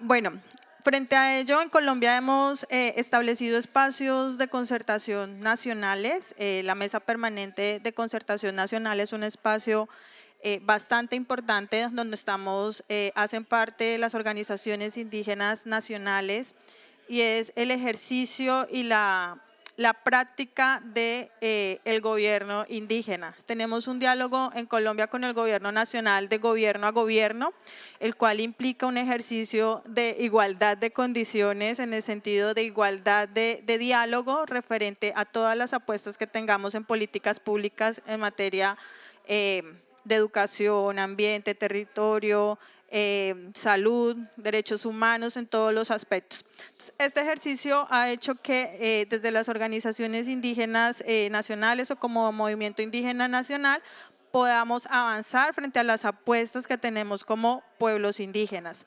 Las organizaciones indígenas nacionales en Colombia, hay 115 pueblos indígenas, en la Amazonía colombiana hay 64 pueblos indígenas, pero lastimosamente este ejercicio que se ha venido, digamos, en la cantidad de pueblos, tenemos 34 pueblos indígenas que están en exterminio físico y cultural declarado por la Corte Constitucional. Entonces, este ejercicio y de la acción climática que se ha venido trabajando, no se puede tener en cuenta, no se puede adelantar sin tener en cuenta los derechos, los derechos humanos de los pueblos indígenas. No es una opción. Este ejercicio debe verse de una manera integral, porque no es necesario o no es solamente que nos escuchen en estos escenarios nacionales o internacionales, sino que ustedes también aprendan sobre cómo el ejercicio que hemos venido haciendo los pueblos indígenas en la conservación, en la preservación. Si bien es cierto, somos los que conocemos el territorio, también es importante que ustedes, que hacen parte también del mundo, puedan hacer una acción, pero que nos escuchen directamente a los pueblos indígenas en el ejercicio. Hemos hecho y hemos avanzado con el gobierno colombiano, tanto así que en esta participación de la COP venimos como gobierno en el diálogo que se ha venido haciendo de manera conjunta y articulada referente a la participación en estos escenarios internacionales, y es importante porque nos permiten tener este diálogo directo con las diferentes ONGs, diferentes gobiernos, diferentes actores que están involucrados en la temática, y eso facilita mucho más el ejercicio que se está haciendo. No estamos trabajando de manera aislada, sino estamos trabajando de una manera conjunta porque vamos por un bien común, y es el de proteger a los pueblos indígenas en Colombia. Gracias. Un aplauso, por favor. Quiero agradecer mucho a Ginny. Ella ha recalcado la importancia de tener un diálogo entre iguales, no solo participación, sino un diálogo paritario, y hacer un ejercicio integral, y sobre todo no es necesario solo que escuchemos, sino que también aprendamos. Muchísimas gracias por compartir esto. Voy a pedirles rápidamente que ustedes puedan decir en una oración cómo en la plataforma podemos fortalecer la aplicación de los derechos territoriales. ¿Cuál es el mensaje que ustedes le darían a esta plataforma para que trabajemos efectivamente y nos veamos de aquí en 1 año, en 2, en 5 años con acuerdos concretos o acciones concretas que digan sí, hemos fortalecido a los países, a los pueblos indígenas en el mejoramiento de sus derechos territoriales? Entonces voy a empezar con Milagros.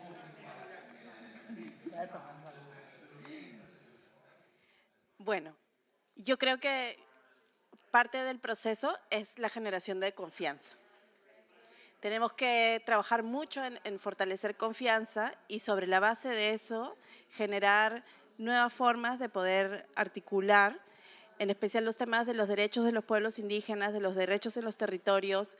Vemos que ya incluso, por ejemplo, en el Perú hemos identificado dónde están los baches, dónde están los problemas que tenemos que abordar, pero todo tiene que empezar por un proceso de fortalecer la confianza, de volver a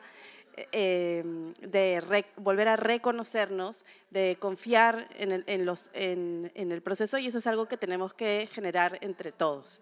Y lo otro es poder también mejorar la información, porque sin información no podemos avanzar, y también entender cómo vamos a ir recogiendo los diferentes pedidos y solicitudes que se tienen para poder abordar estos temas a nivel de los territorios, y en general en la plataforma es generar estos espacios de poder brindar lecciones aprendidas, porque muchos de estos procesos también los hemos vivido algunos países, otros no, entonces podemos ahí articular esfuerzos y hacer este proceso de matchmaking que nunca me acuerdo cómo se dice en español, en español, y poder abordar así algunas lecciones aprendidas que ya se tienen en otros países para poder cumplir con lo que estamos tratando de todos de alcanzar. Muchísimas gracias. Muchas gracias, Milagros. Gerson, lo más cortito, medio minuto. Seré muy breve. Participación y representación directa. Sumado a lo que decía Milagros, nosotros creemos que y estamos seguros y convencidos que los pueblos indígenas son gobierno, son parte del gobierno de Colombia, y por eso hemos extendido a esta área de acción del FCLP la participación y la representación directa por parte de los pueblos indígenas. Y serán ellos los que en compañía de nosotros como gobierno actuemos en esta área de acción y podamos construir propuestas desde la base de ellos y llevarlas a los territorios. O sea, que sea en doble vía el camino y que nos permita lograr pues esa implementación y articulación directa en el territorio. Gracias, Gerson. Angini, por favor. Bueno, yo plantearía dos cosas y la primera sería la sinceridad. La sinceridad frente a las acciones que se vayan a desarrollar en nuestros territorios, y la segunda, la igualdad de condiciones. Si tenemos una igualdad de condiciones frente a las apuestas que tenemos como pueblos indígenas, creo que este ejercicio que se está realizando va a tener muy buenos frutos. Muchas gracias. Un aplauso para los panelistas. Muchas gracias. Vamos a hacer rápidamente el segundo panel. Estamos un poco cortos de tiempo, pero por favor voy a pedirle a Kevin Currey de Ford Foundation que pueda venir. También a Christian Samper y a Hege, por favor, si pueden pasar. Okay, I will switch to English.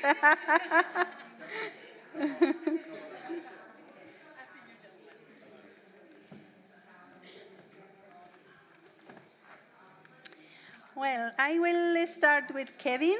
Welcome, Kevin. Kevin is a program officer of Ford Foundation.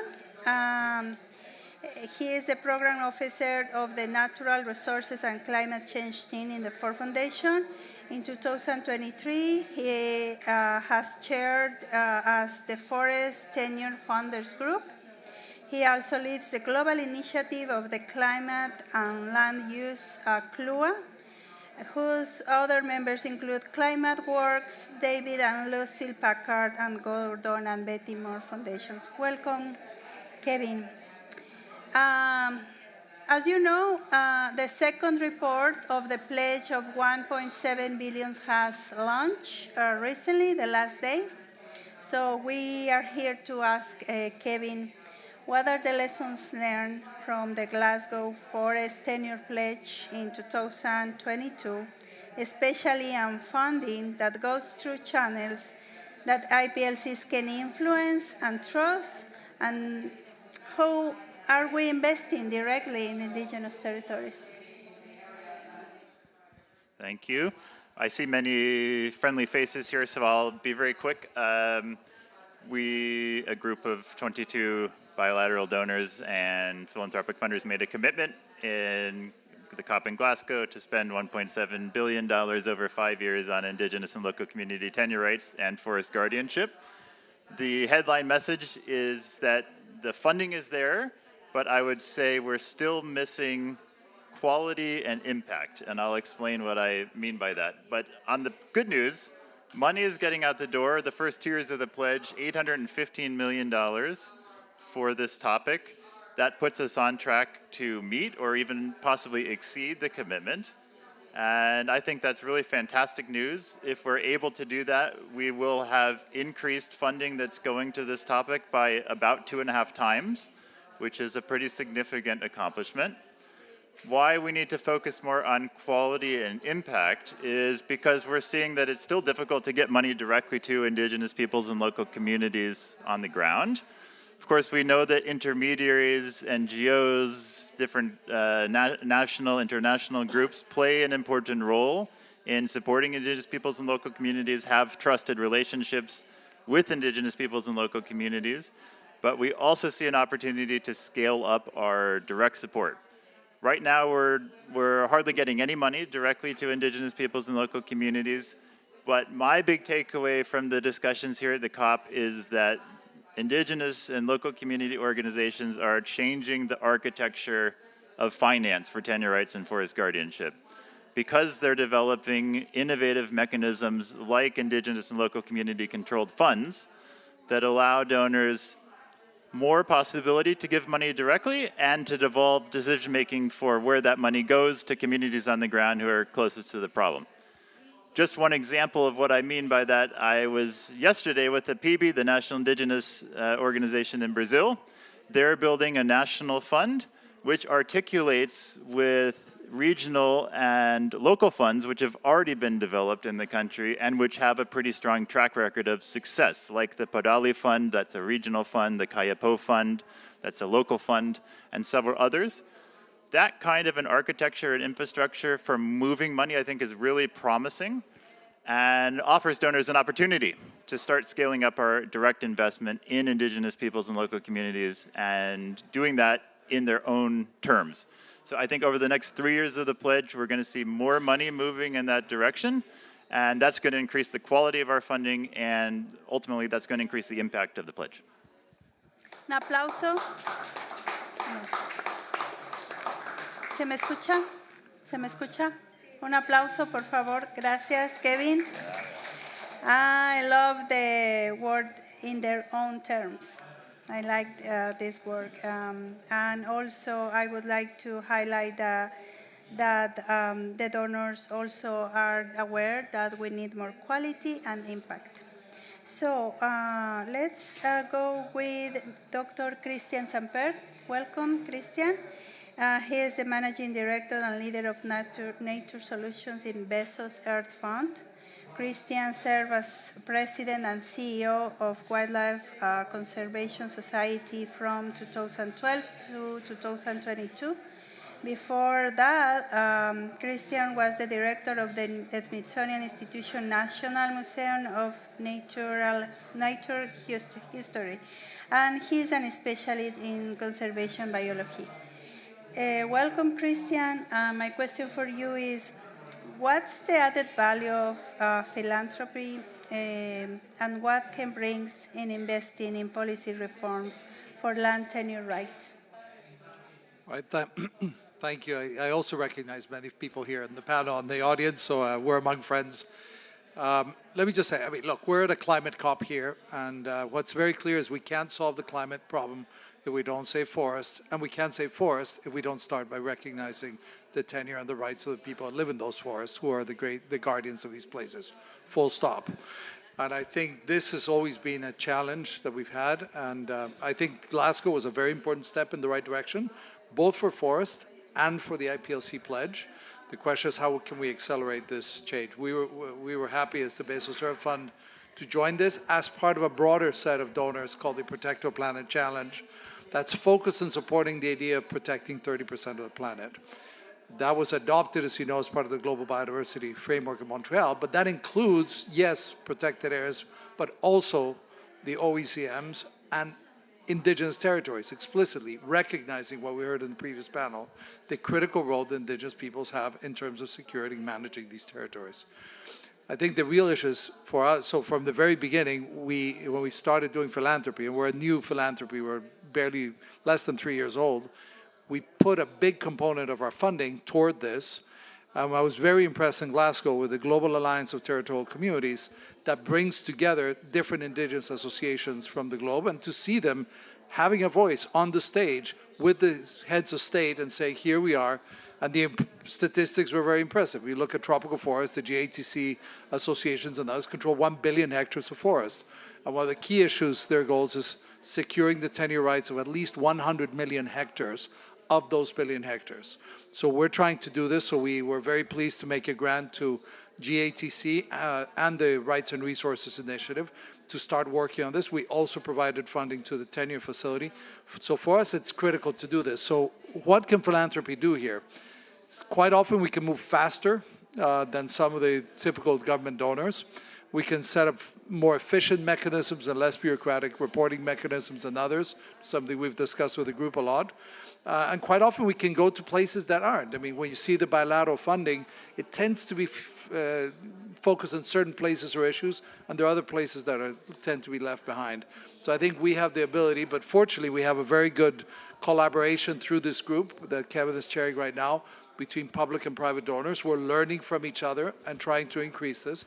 And I'll just finish by saying that I'm happy to say that last year, the Protect Our Planet Challenge partners ended up investing about $120 million specifically in IPLC issues, not all of it in securing tenure, but a big part of it. and that was important, and more than 25% of that went directly to IPLC groups, which is where we want to go. We have a ways to go, but I think we've come a long ways in just a short period of time. Thank you. Un aplauso, por favor. Y rápidamente, I would love to welcome Hege Reihelsbit. Sorry, Hege, Policy Director of the Norway International Climate and Forest Initiative. She has been working in NICFI for the last 8 years. She has also served as Climate and Forest Envoy for the Norwegian Embassy in Jakarta. Prior to that, she was the head of Southeast Asia Department of Rainforest Foundation, Norway. Welcome, Hege. My question for Hege is, what is the role of public funders? Especially in FCLP, we have several funders like Norway, Germany, UK. What is the role for enable conditions for investments in forest tenure reform and in indigenous territories? Thank you. You have 1 minute. Yeah, thank you. Is this working? Can you hear me? Yeah, good. Yeah. Thank you. Thank you so much. And thank you, all of you, for coming to this event today. It's wonderful to see so many friendly faces. Bilaterals, yeah, we sometimes get... yeah, we can obviously still go further in supporting land tenure recognition, as my co-panelists have said. But the Norwegian government, we have worked on these issues for quite a few decades already, and of course we have learned a lot in that journey. One thing that we have learned is that land tenure recognition, the recognition is only the first part. And it's incredibly complex in many countries.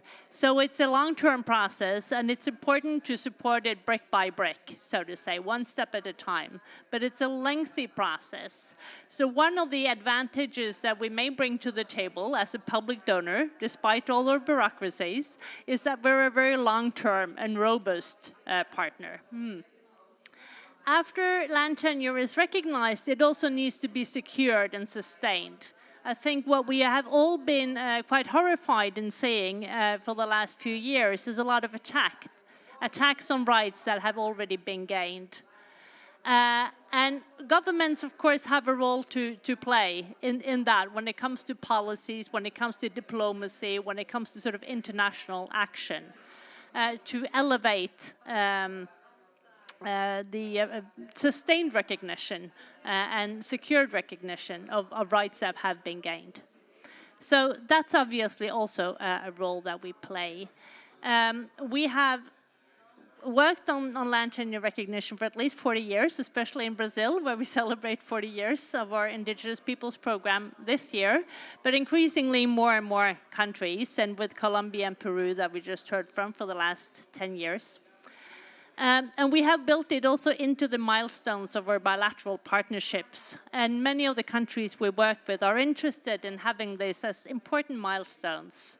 And Peru, for instance, has been able to secure as much as 2 million hectares of land titling in the 10 years of our partnership.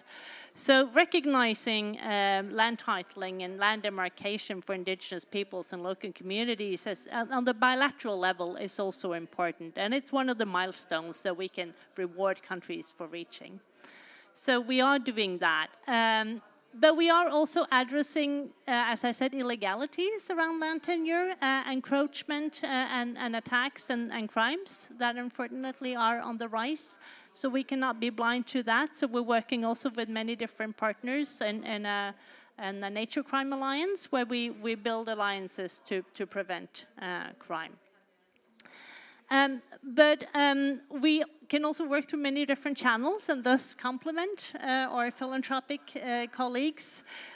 We do have some direct funding, as you know, to indigenous funds. We work a lot with civil society advocacy organizations, and many of you are here, and you've helped us elevate this issue to the international community for at least the last 15 years.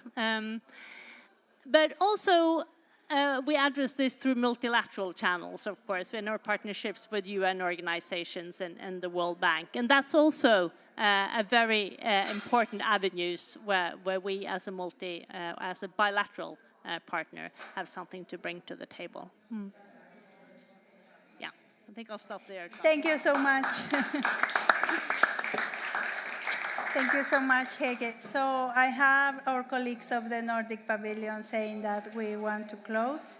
So I will apologize. I will not do the last question about how we can use the power of philanthropy in the platform to support indigenous people. But I am sure that we will have, after the COP, more time to discuss that. We will love to hear your thoughts, and also we would love if you can help us to operationalize this platform and become more effective. It will be great. We will have more time to have this dialogue. So to close this panel, I will highlight some words that were said today and that are important to maintain in mind. One is trust. We have to have trust between indigenous people, governments, and philanthropists. Second is faster. Third, radical.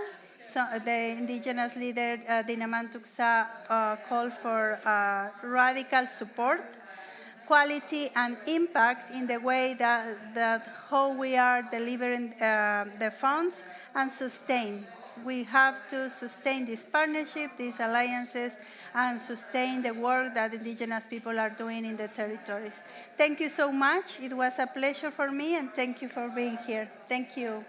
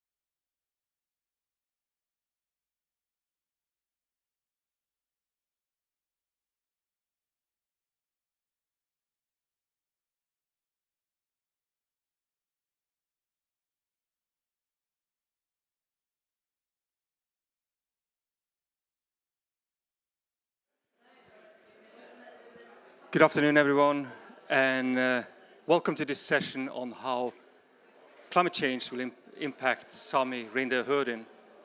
The project, abbreviated SITE, is a unique co-produced joint project by the Sami Council and the Arctic Monitoring Assessment Program.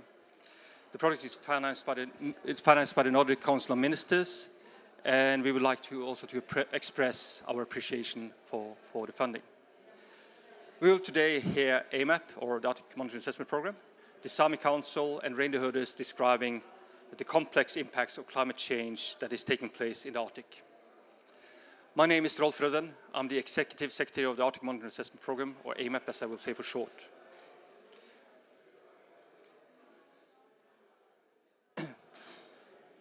So,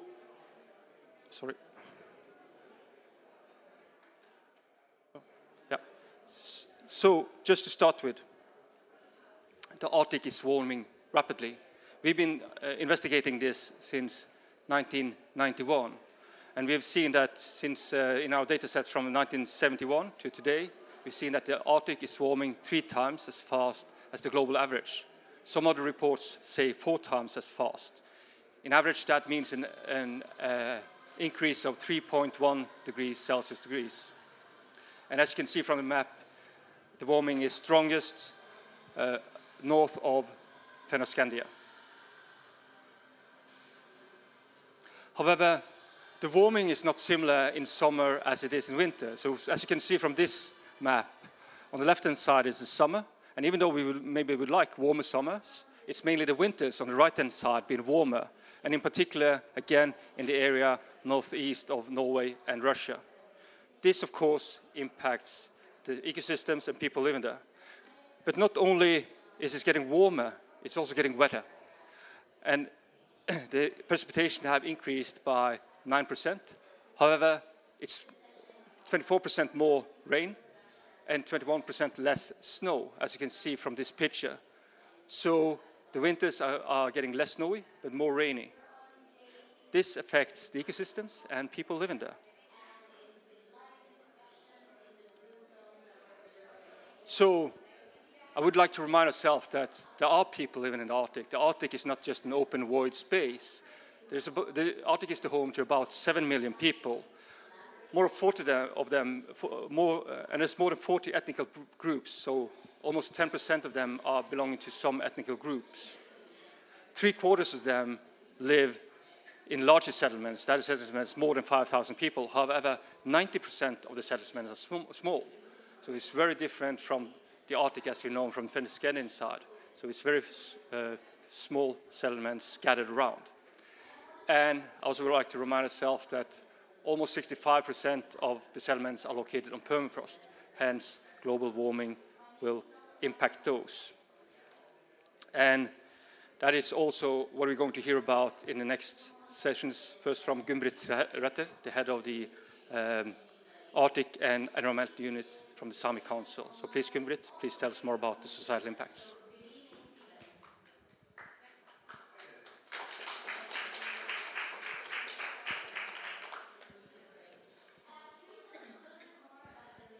Thank you, Rolf.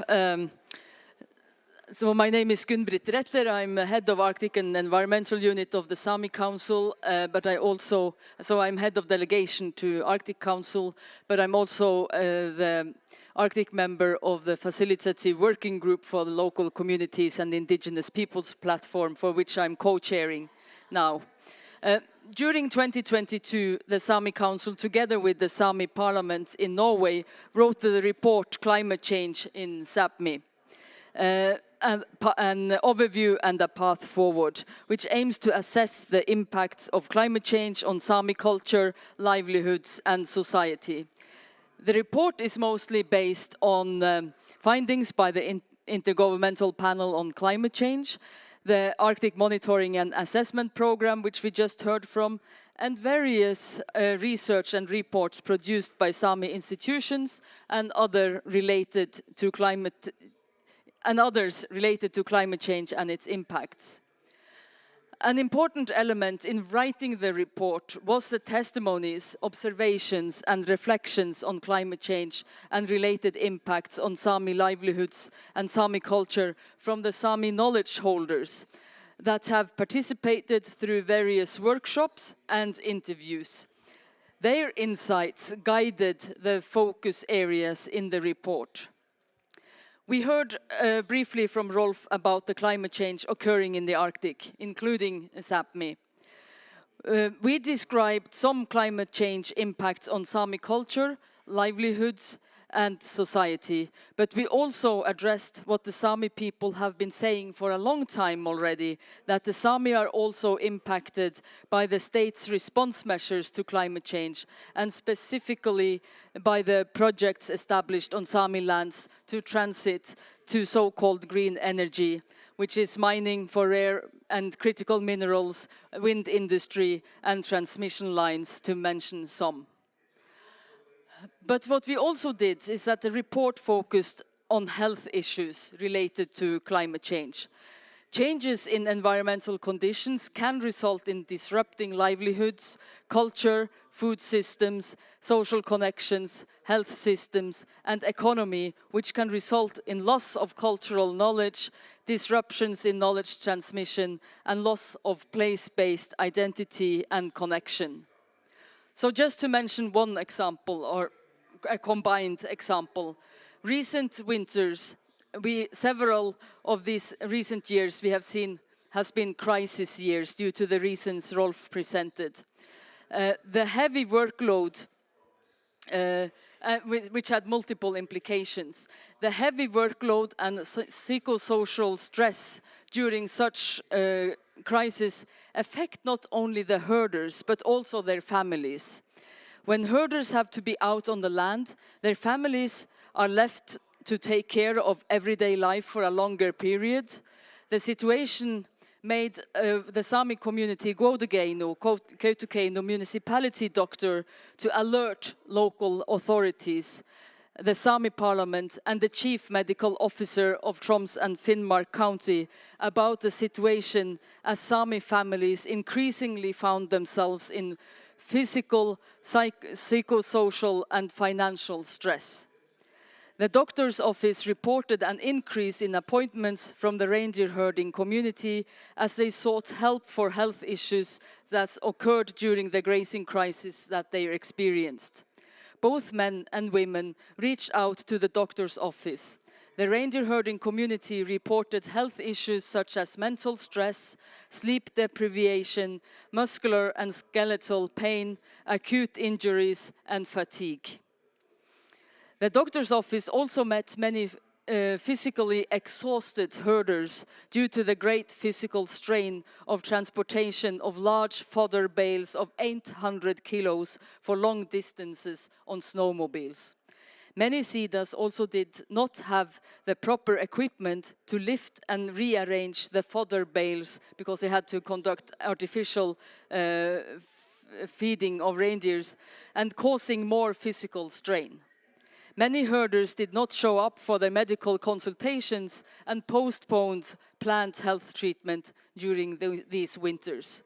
So these are the very concrete example that we have displayed in the report that you can download there on that QR code, and I think I exceeded my 3 minutes at least twice, or at least once, and I now give the floor to Susanna to go straight more into the CITE project that we are doing to address some of the concerns we have found in the report. Susanna Israelsson is an advisor in the Sami Council in the Arctic and Environmental Unit. Here you go. Giito Gumbrit.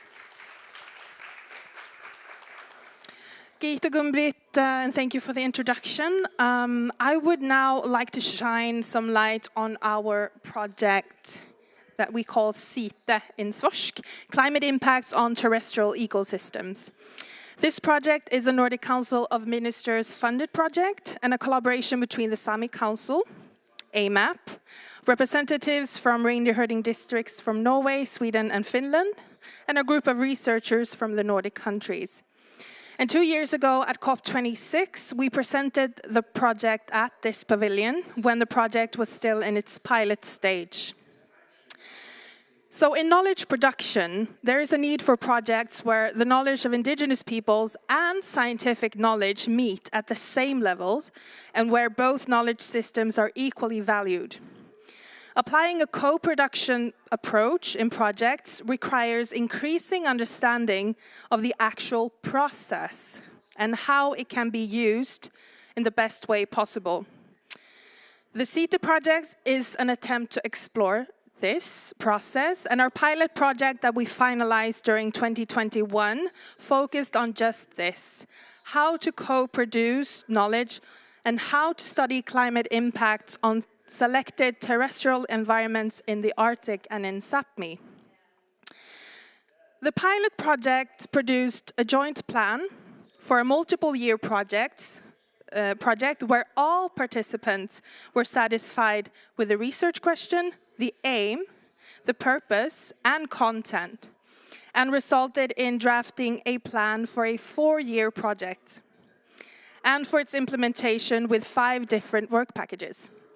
Work package 1 and 2 consist of developing and implementing a web-based platform for exploring herders' observations and experiences during the annual herding cycle, and to address the climate-related challenges they are facing in Sápmi.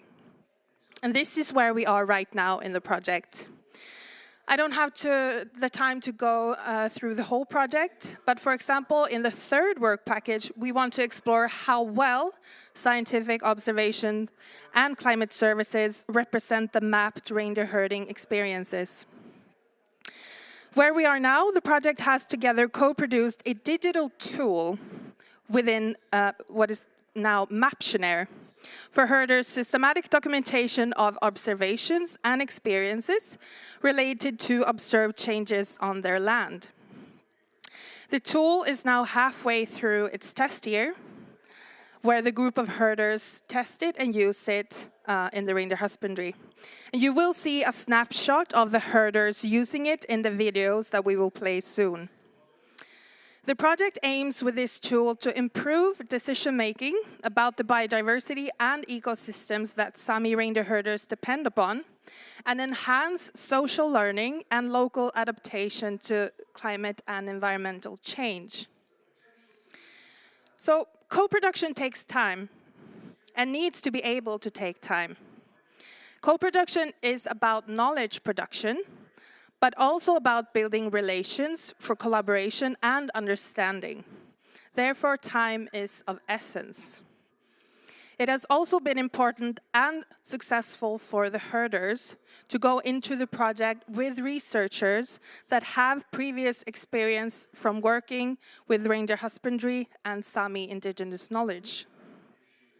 And as we heard from previous speakers, climate change in the Arctic and Sápmi is resulting in severe impacts on us who are dependent on healthy and functioning ecosystems. We will now be joined by 3 participants in the project who will share their individual testimonies of what challenges they face, describing the climate-related changes in their herding areas. So we will first hear from Lars Elias Bransfjell, who is a reindeer herder from Santisite in southern Norway. We will then hear from Karl-Johan Juntti, a reindeer herding from Vatas, which is a forest reindeer herding community in Swedish Sápmi.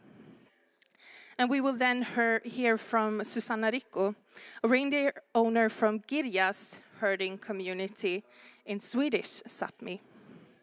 So with that, I would like to welcome them with an applause. Thank you. Lars Elias Bransfjell, reindeer herder in Norway, southern part of Sápmi. My reindeer community is named Santisite, and we're 9 families together. Today I am outside with the reindeers. So the reindeers are close by to me now. I'm in the cabin, this meeting, warming myself a little bit. It's cold inside.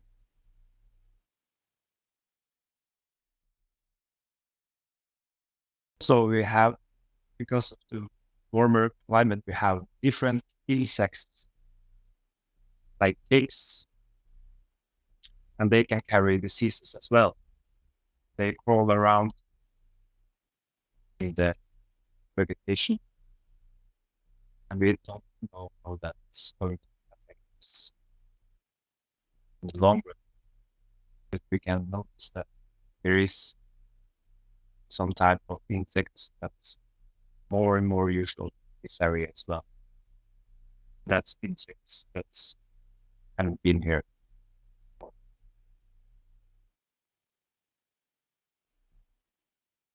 They have adapted before for thousands of years, and they had time and space to do so. Now it's happening so fast.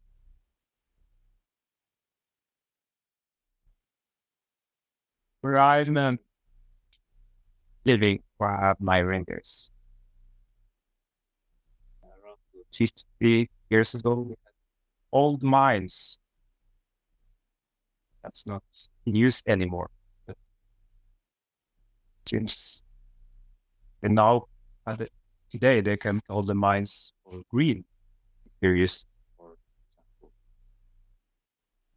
things we use for the green ships, like batteries, etc. So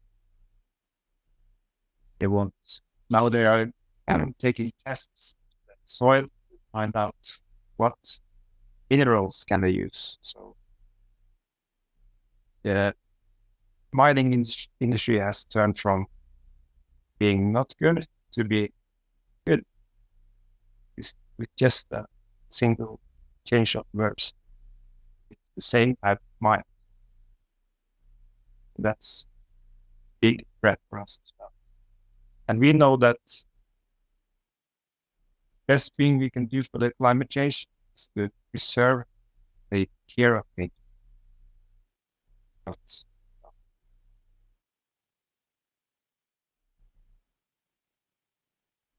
So I've been part of a group with reindeer herders and scientists.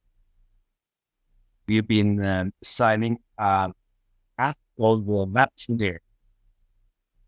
And with Planetary, we can, when we're out in the field, we can register and document climate changes while we're outside with pictures and text and point it on a map so we know exactly where it is.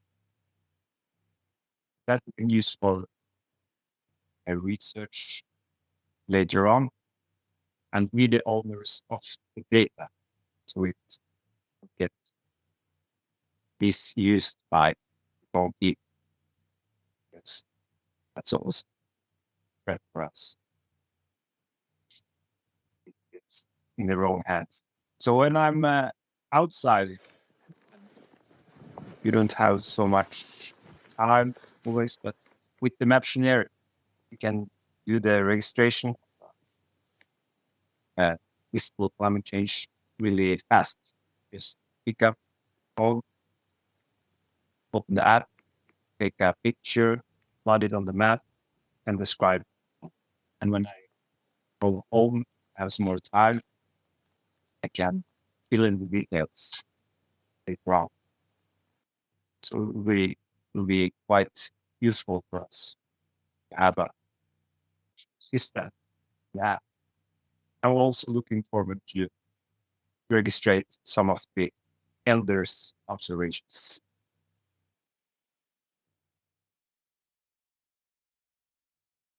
We have control over our own knowledge and science. Like say, we have control over it. We have possibility to register quite easy, and it's a good experience for us as well, using further type of projects.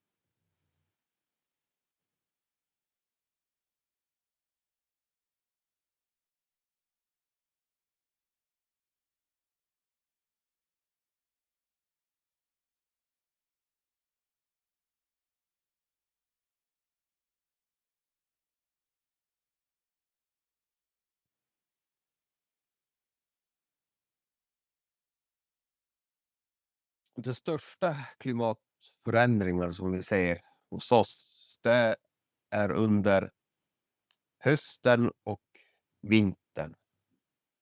Det som gör klimatförändringen på så vis att vi har regnigare och varmare höstar och varmare och mer nederbördsrika vintrar.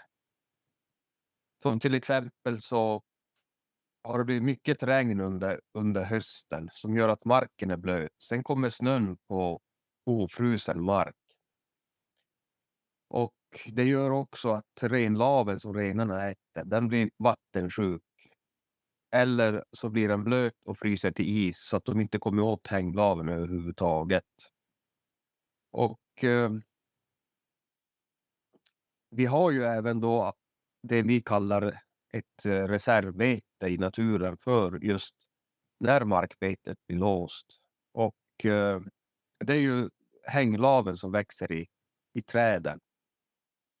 Men med varmare vintrar så kan det även regna på vintern. Och det gör att laven i träden blir blöt och den fryser till is. Så att hänglaven blir också isig. Och det gör att renarna får mycket vätska i magen. Vatten i magen som gör att de har svårt att tillgodose näringen utav renlaven. De senaste åren så har även somrarna blivit varmare. Och under sommaren så kommer renarna ut på myrarna för att beta fräken och klöver. Och även vila sig. Och det gör då för att det blir kallt på natten, svalare väder under nätterna.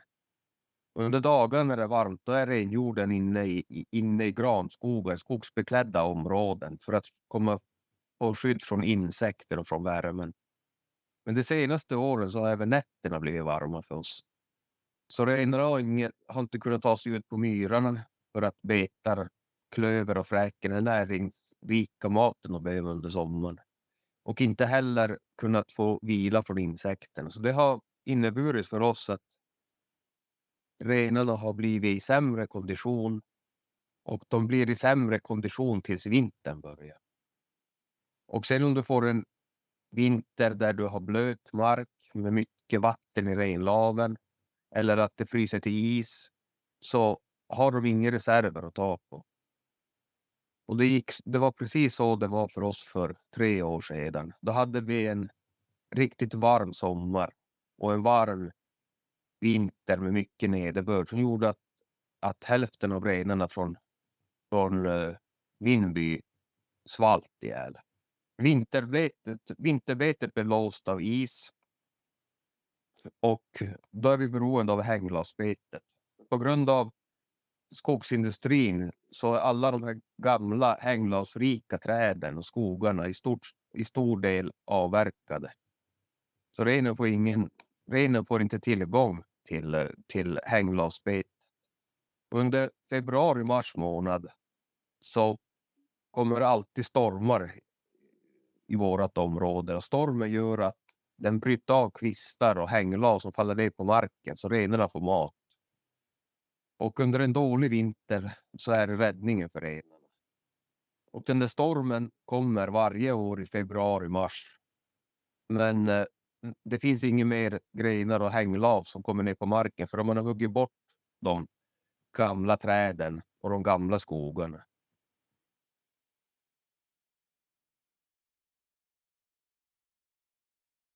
Vi har ju försökt att anpassa oss med utfodring av pellets under vintertid.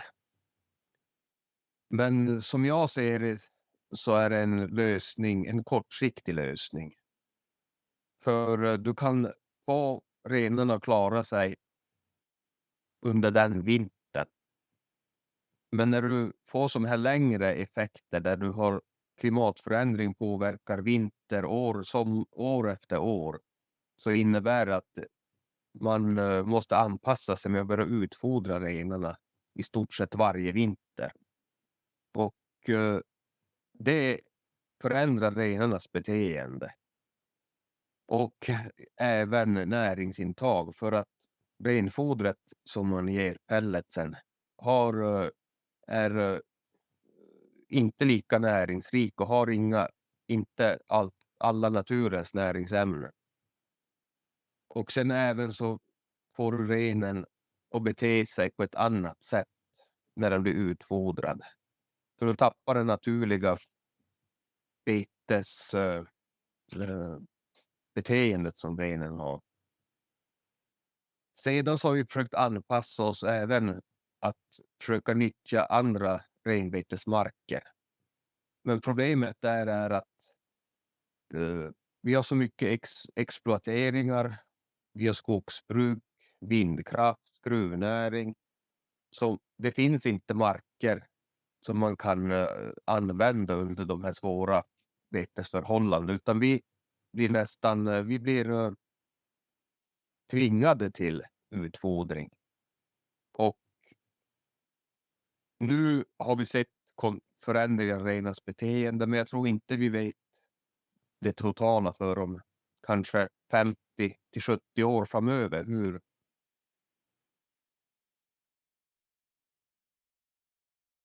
Jag använder Planetary för att jag tror dels att det är väldigt viktigt att visa de klimatförändringar som vi ser som jobbar dagligen ute i naturen. Men även för oss själva, för att kunna dokumentera och se år från år hur vissa klimatförändringar har gjort oss tvungna att planera vår renskötsel. Och då tycker jag att med Planetary så kan man dokumentera om du har en händelse, en avvikelse som har skett för några år sedan. Så har man en erfarenhet av vad gjorde man då för att minimera förlusterna. Och kan man gå tillbaka och se att en sån här händelse leder till de här konsekvenserna. På så vis så kan man planera renskötseln och vara förberedd för att man vet hur det gick det året.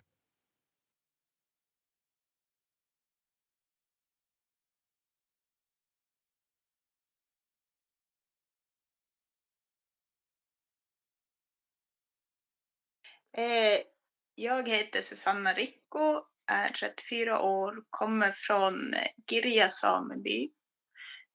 Jag har 2 barn, 4 och 10 år gammal. Jag kommer från en renskötande familj och renskötseln är det som genomsyrar hela vårt liv och hela vårt sätt att leva. Min personliga åsikt är det största hotet mot rennäringen idag är klimatförändringar.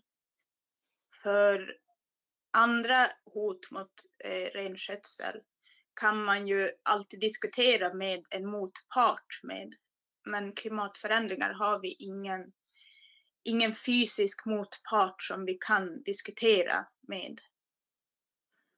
Och jag är rädd för framtiden för renskötseln och jag är rädd för mina barns möjlighet till en framtid i renskötseln. Därför ställer jag upp och var med i projektet.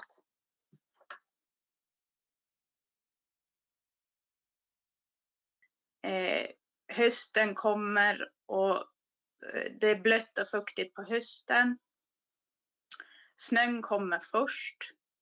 Lägger sig på ett täcke ovanpå marken som inte har hunnit frysa. Och det innebär ju att sen när det kommer mer snö så finns det risk att laven som ligger under snön möglar. Och det blir så kallad bottenvihke, alltså alltså att laven möglar. Det kallas för en bottensjukdom på samiska.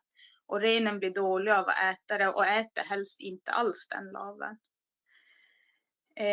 Sen har vi också problem med dåliga isar. Vi kan inte flytta renarna dit vars man brukar flytta på vintertid. Utan man måste vänta tills att sjöar och älvar och små vattendrag fryser. Sen under vinterns gång så kommer det snö. Det är mycket nederbörd och det kommer både snö och regn. Och snötäcket blir så tjockt så att renarna inte kommer, de kan inte gräva sig under för att det är alldeles för tjockt. Eller så har det regnat och det har blivit isskorpor på snölagret så att de känner inte lukten av laven som är under snötäcket. Under vintern också så är det ju det blir oftare fuktigt väder, det regnar och blaskar under vintern. Och då blir träden också blöta och sen när det fryser på, då fryser träden och då är våra hänglavsbeten också låsta för renen kan inte äta när det isar. Ja, så det är det som jag tycker är det största. Sen har vi också problem med att vi upplever att det är varmare på somrarna också. Men vintern är absolut den som är det största hotet. Alltså konsekvensen av det här blir ju att vi behöver större områden under vintertid för att renarna ska kunna hitta mat. De måste kunna få sträcka ut sig, alltså breda ut sig mera för att hitta kanske. För det behöver ju inte vara att hela områden är låsta utan det kan vara små fläckar i ett område som går att beta och då behöver de större områden för att ta sig däremellan. Och sen är det ju klart, en effekt av det är ju att renar dör. Alltså de dör av svält för att de inte kommer åt någon mat. Och en annan konsekvens av det här är ju att fler och fler har ju börjat stödutfodra med pellets. Och det ändrar ju renens betesvanor. Och det finns säkert risk också för mag- och tarm, alltså förändringar i mag- och tarmfunktionen hos renen. Och foder i sig, det bidrar också till rensjukdomar som vi inte är så kompetenta ännu i eftersom att det är ganska nytt. Och det varma klimatet innebär också att fler parasiter eller insekter tar sig mer norrut. Som till exempel fästingen har vi ju inte haft här så här långt norrut. Men nu har den börjat komma här också. Och den drar ju med sig också andra sjukdomar som renen inte är van vid. Och vi inte är van vid att bota heller. Det jag också tänker på när jag tänker om klimatförändringar och renskötsel, det är ju också att när man pratar om att man ska klimatanpassa Sverige till exempel, vi tar det som land som ett exempel, så pratar man ju också ofta då om vindkraft, man pratar om vattenkraft, alltså man pratar fossilfritt. Men jag är ändå av den åsikten att klimatanpassningen får aldrig bekostas av naturen. Inte på det sättet att man bygger en vindkraftpark i ett orört område, utan man måste ju kunna anpassa klimatanpassningen också till att inte skada naturen mer än vad den är. Så det är också en sak jag tänker på när det gäller klimatförändringar och klimatanpassning.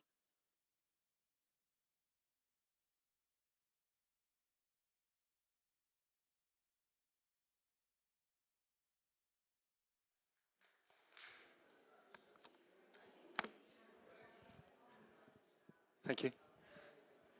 This is what maybe some of you in researchers call the Arctic. This is what I call home. And it's not an expedition, we're just out for fishing to have food for the next couple of days. And this is also the place where my grandfather taught me 30 years ago that his knowledge of nature was challenged by the change in nature. And the similar is true for Western science. We are now pushing our knowledge to the very borders of the conceptual framework. But I do hope that the session today demonstrates how combining and co-producing knowledge of indigenous people as well as of scientists may be a way forward to understand and to adapt to what is ahead of us. So thank you so much for attending this session. Thanks.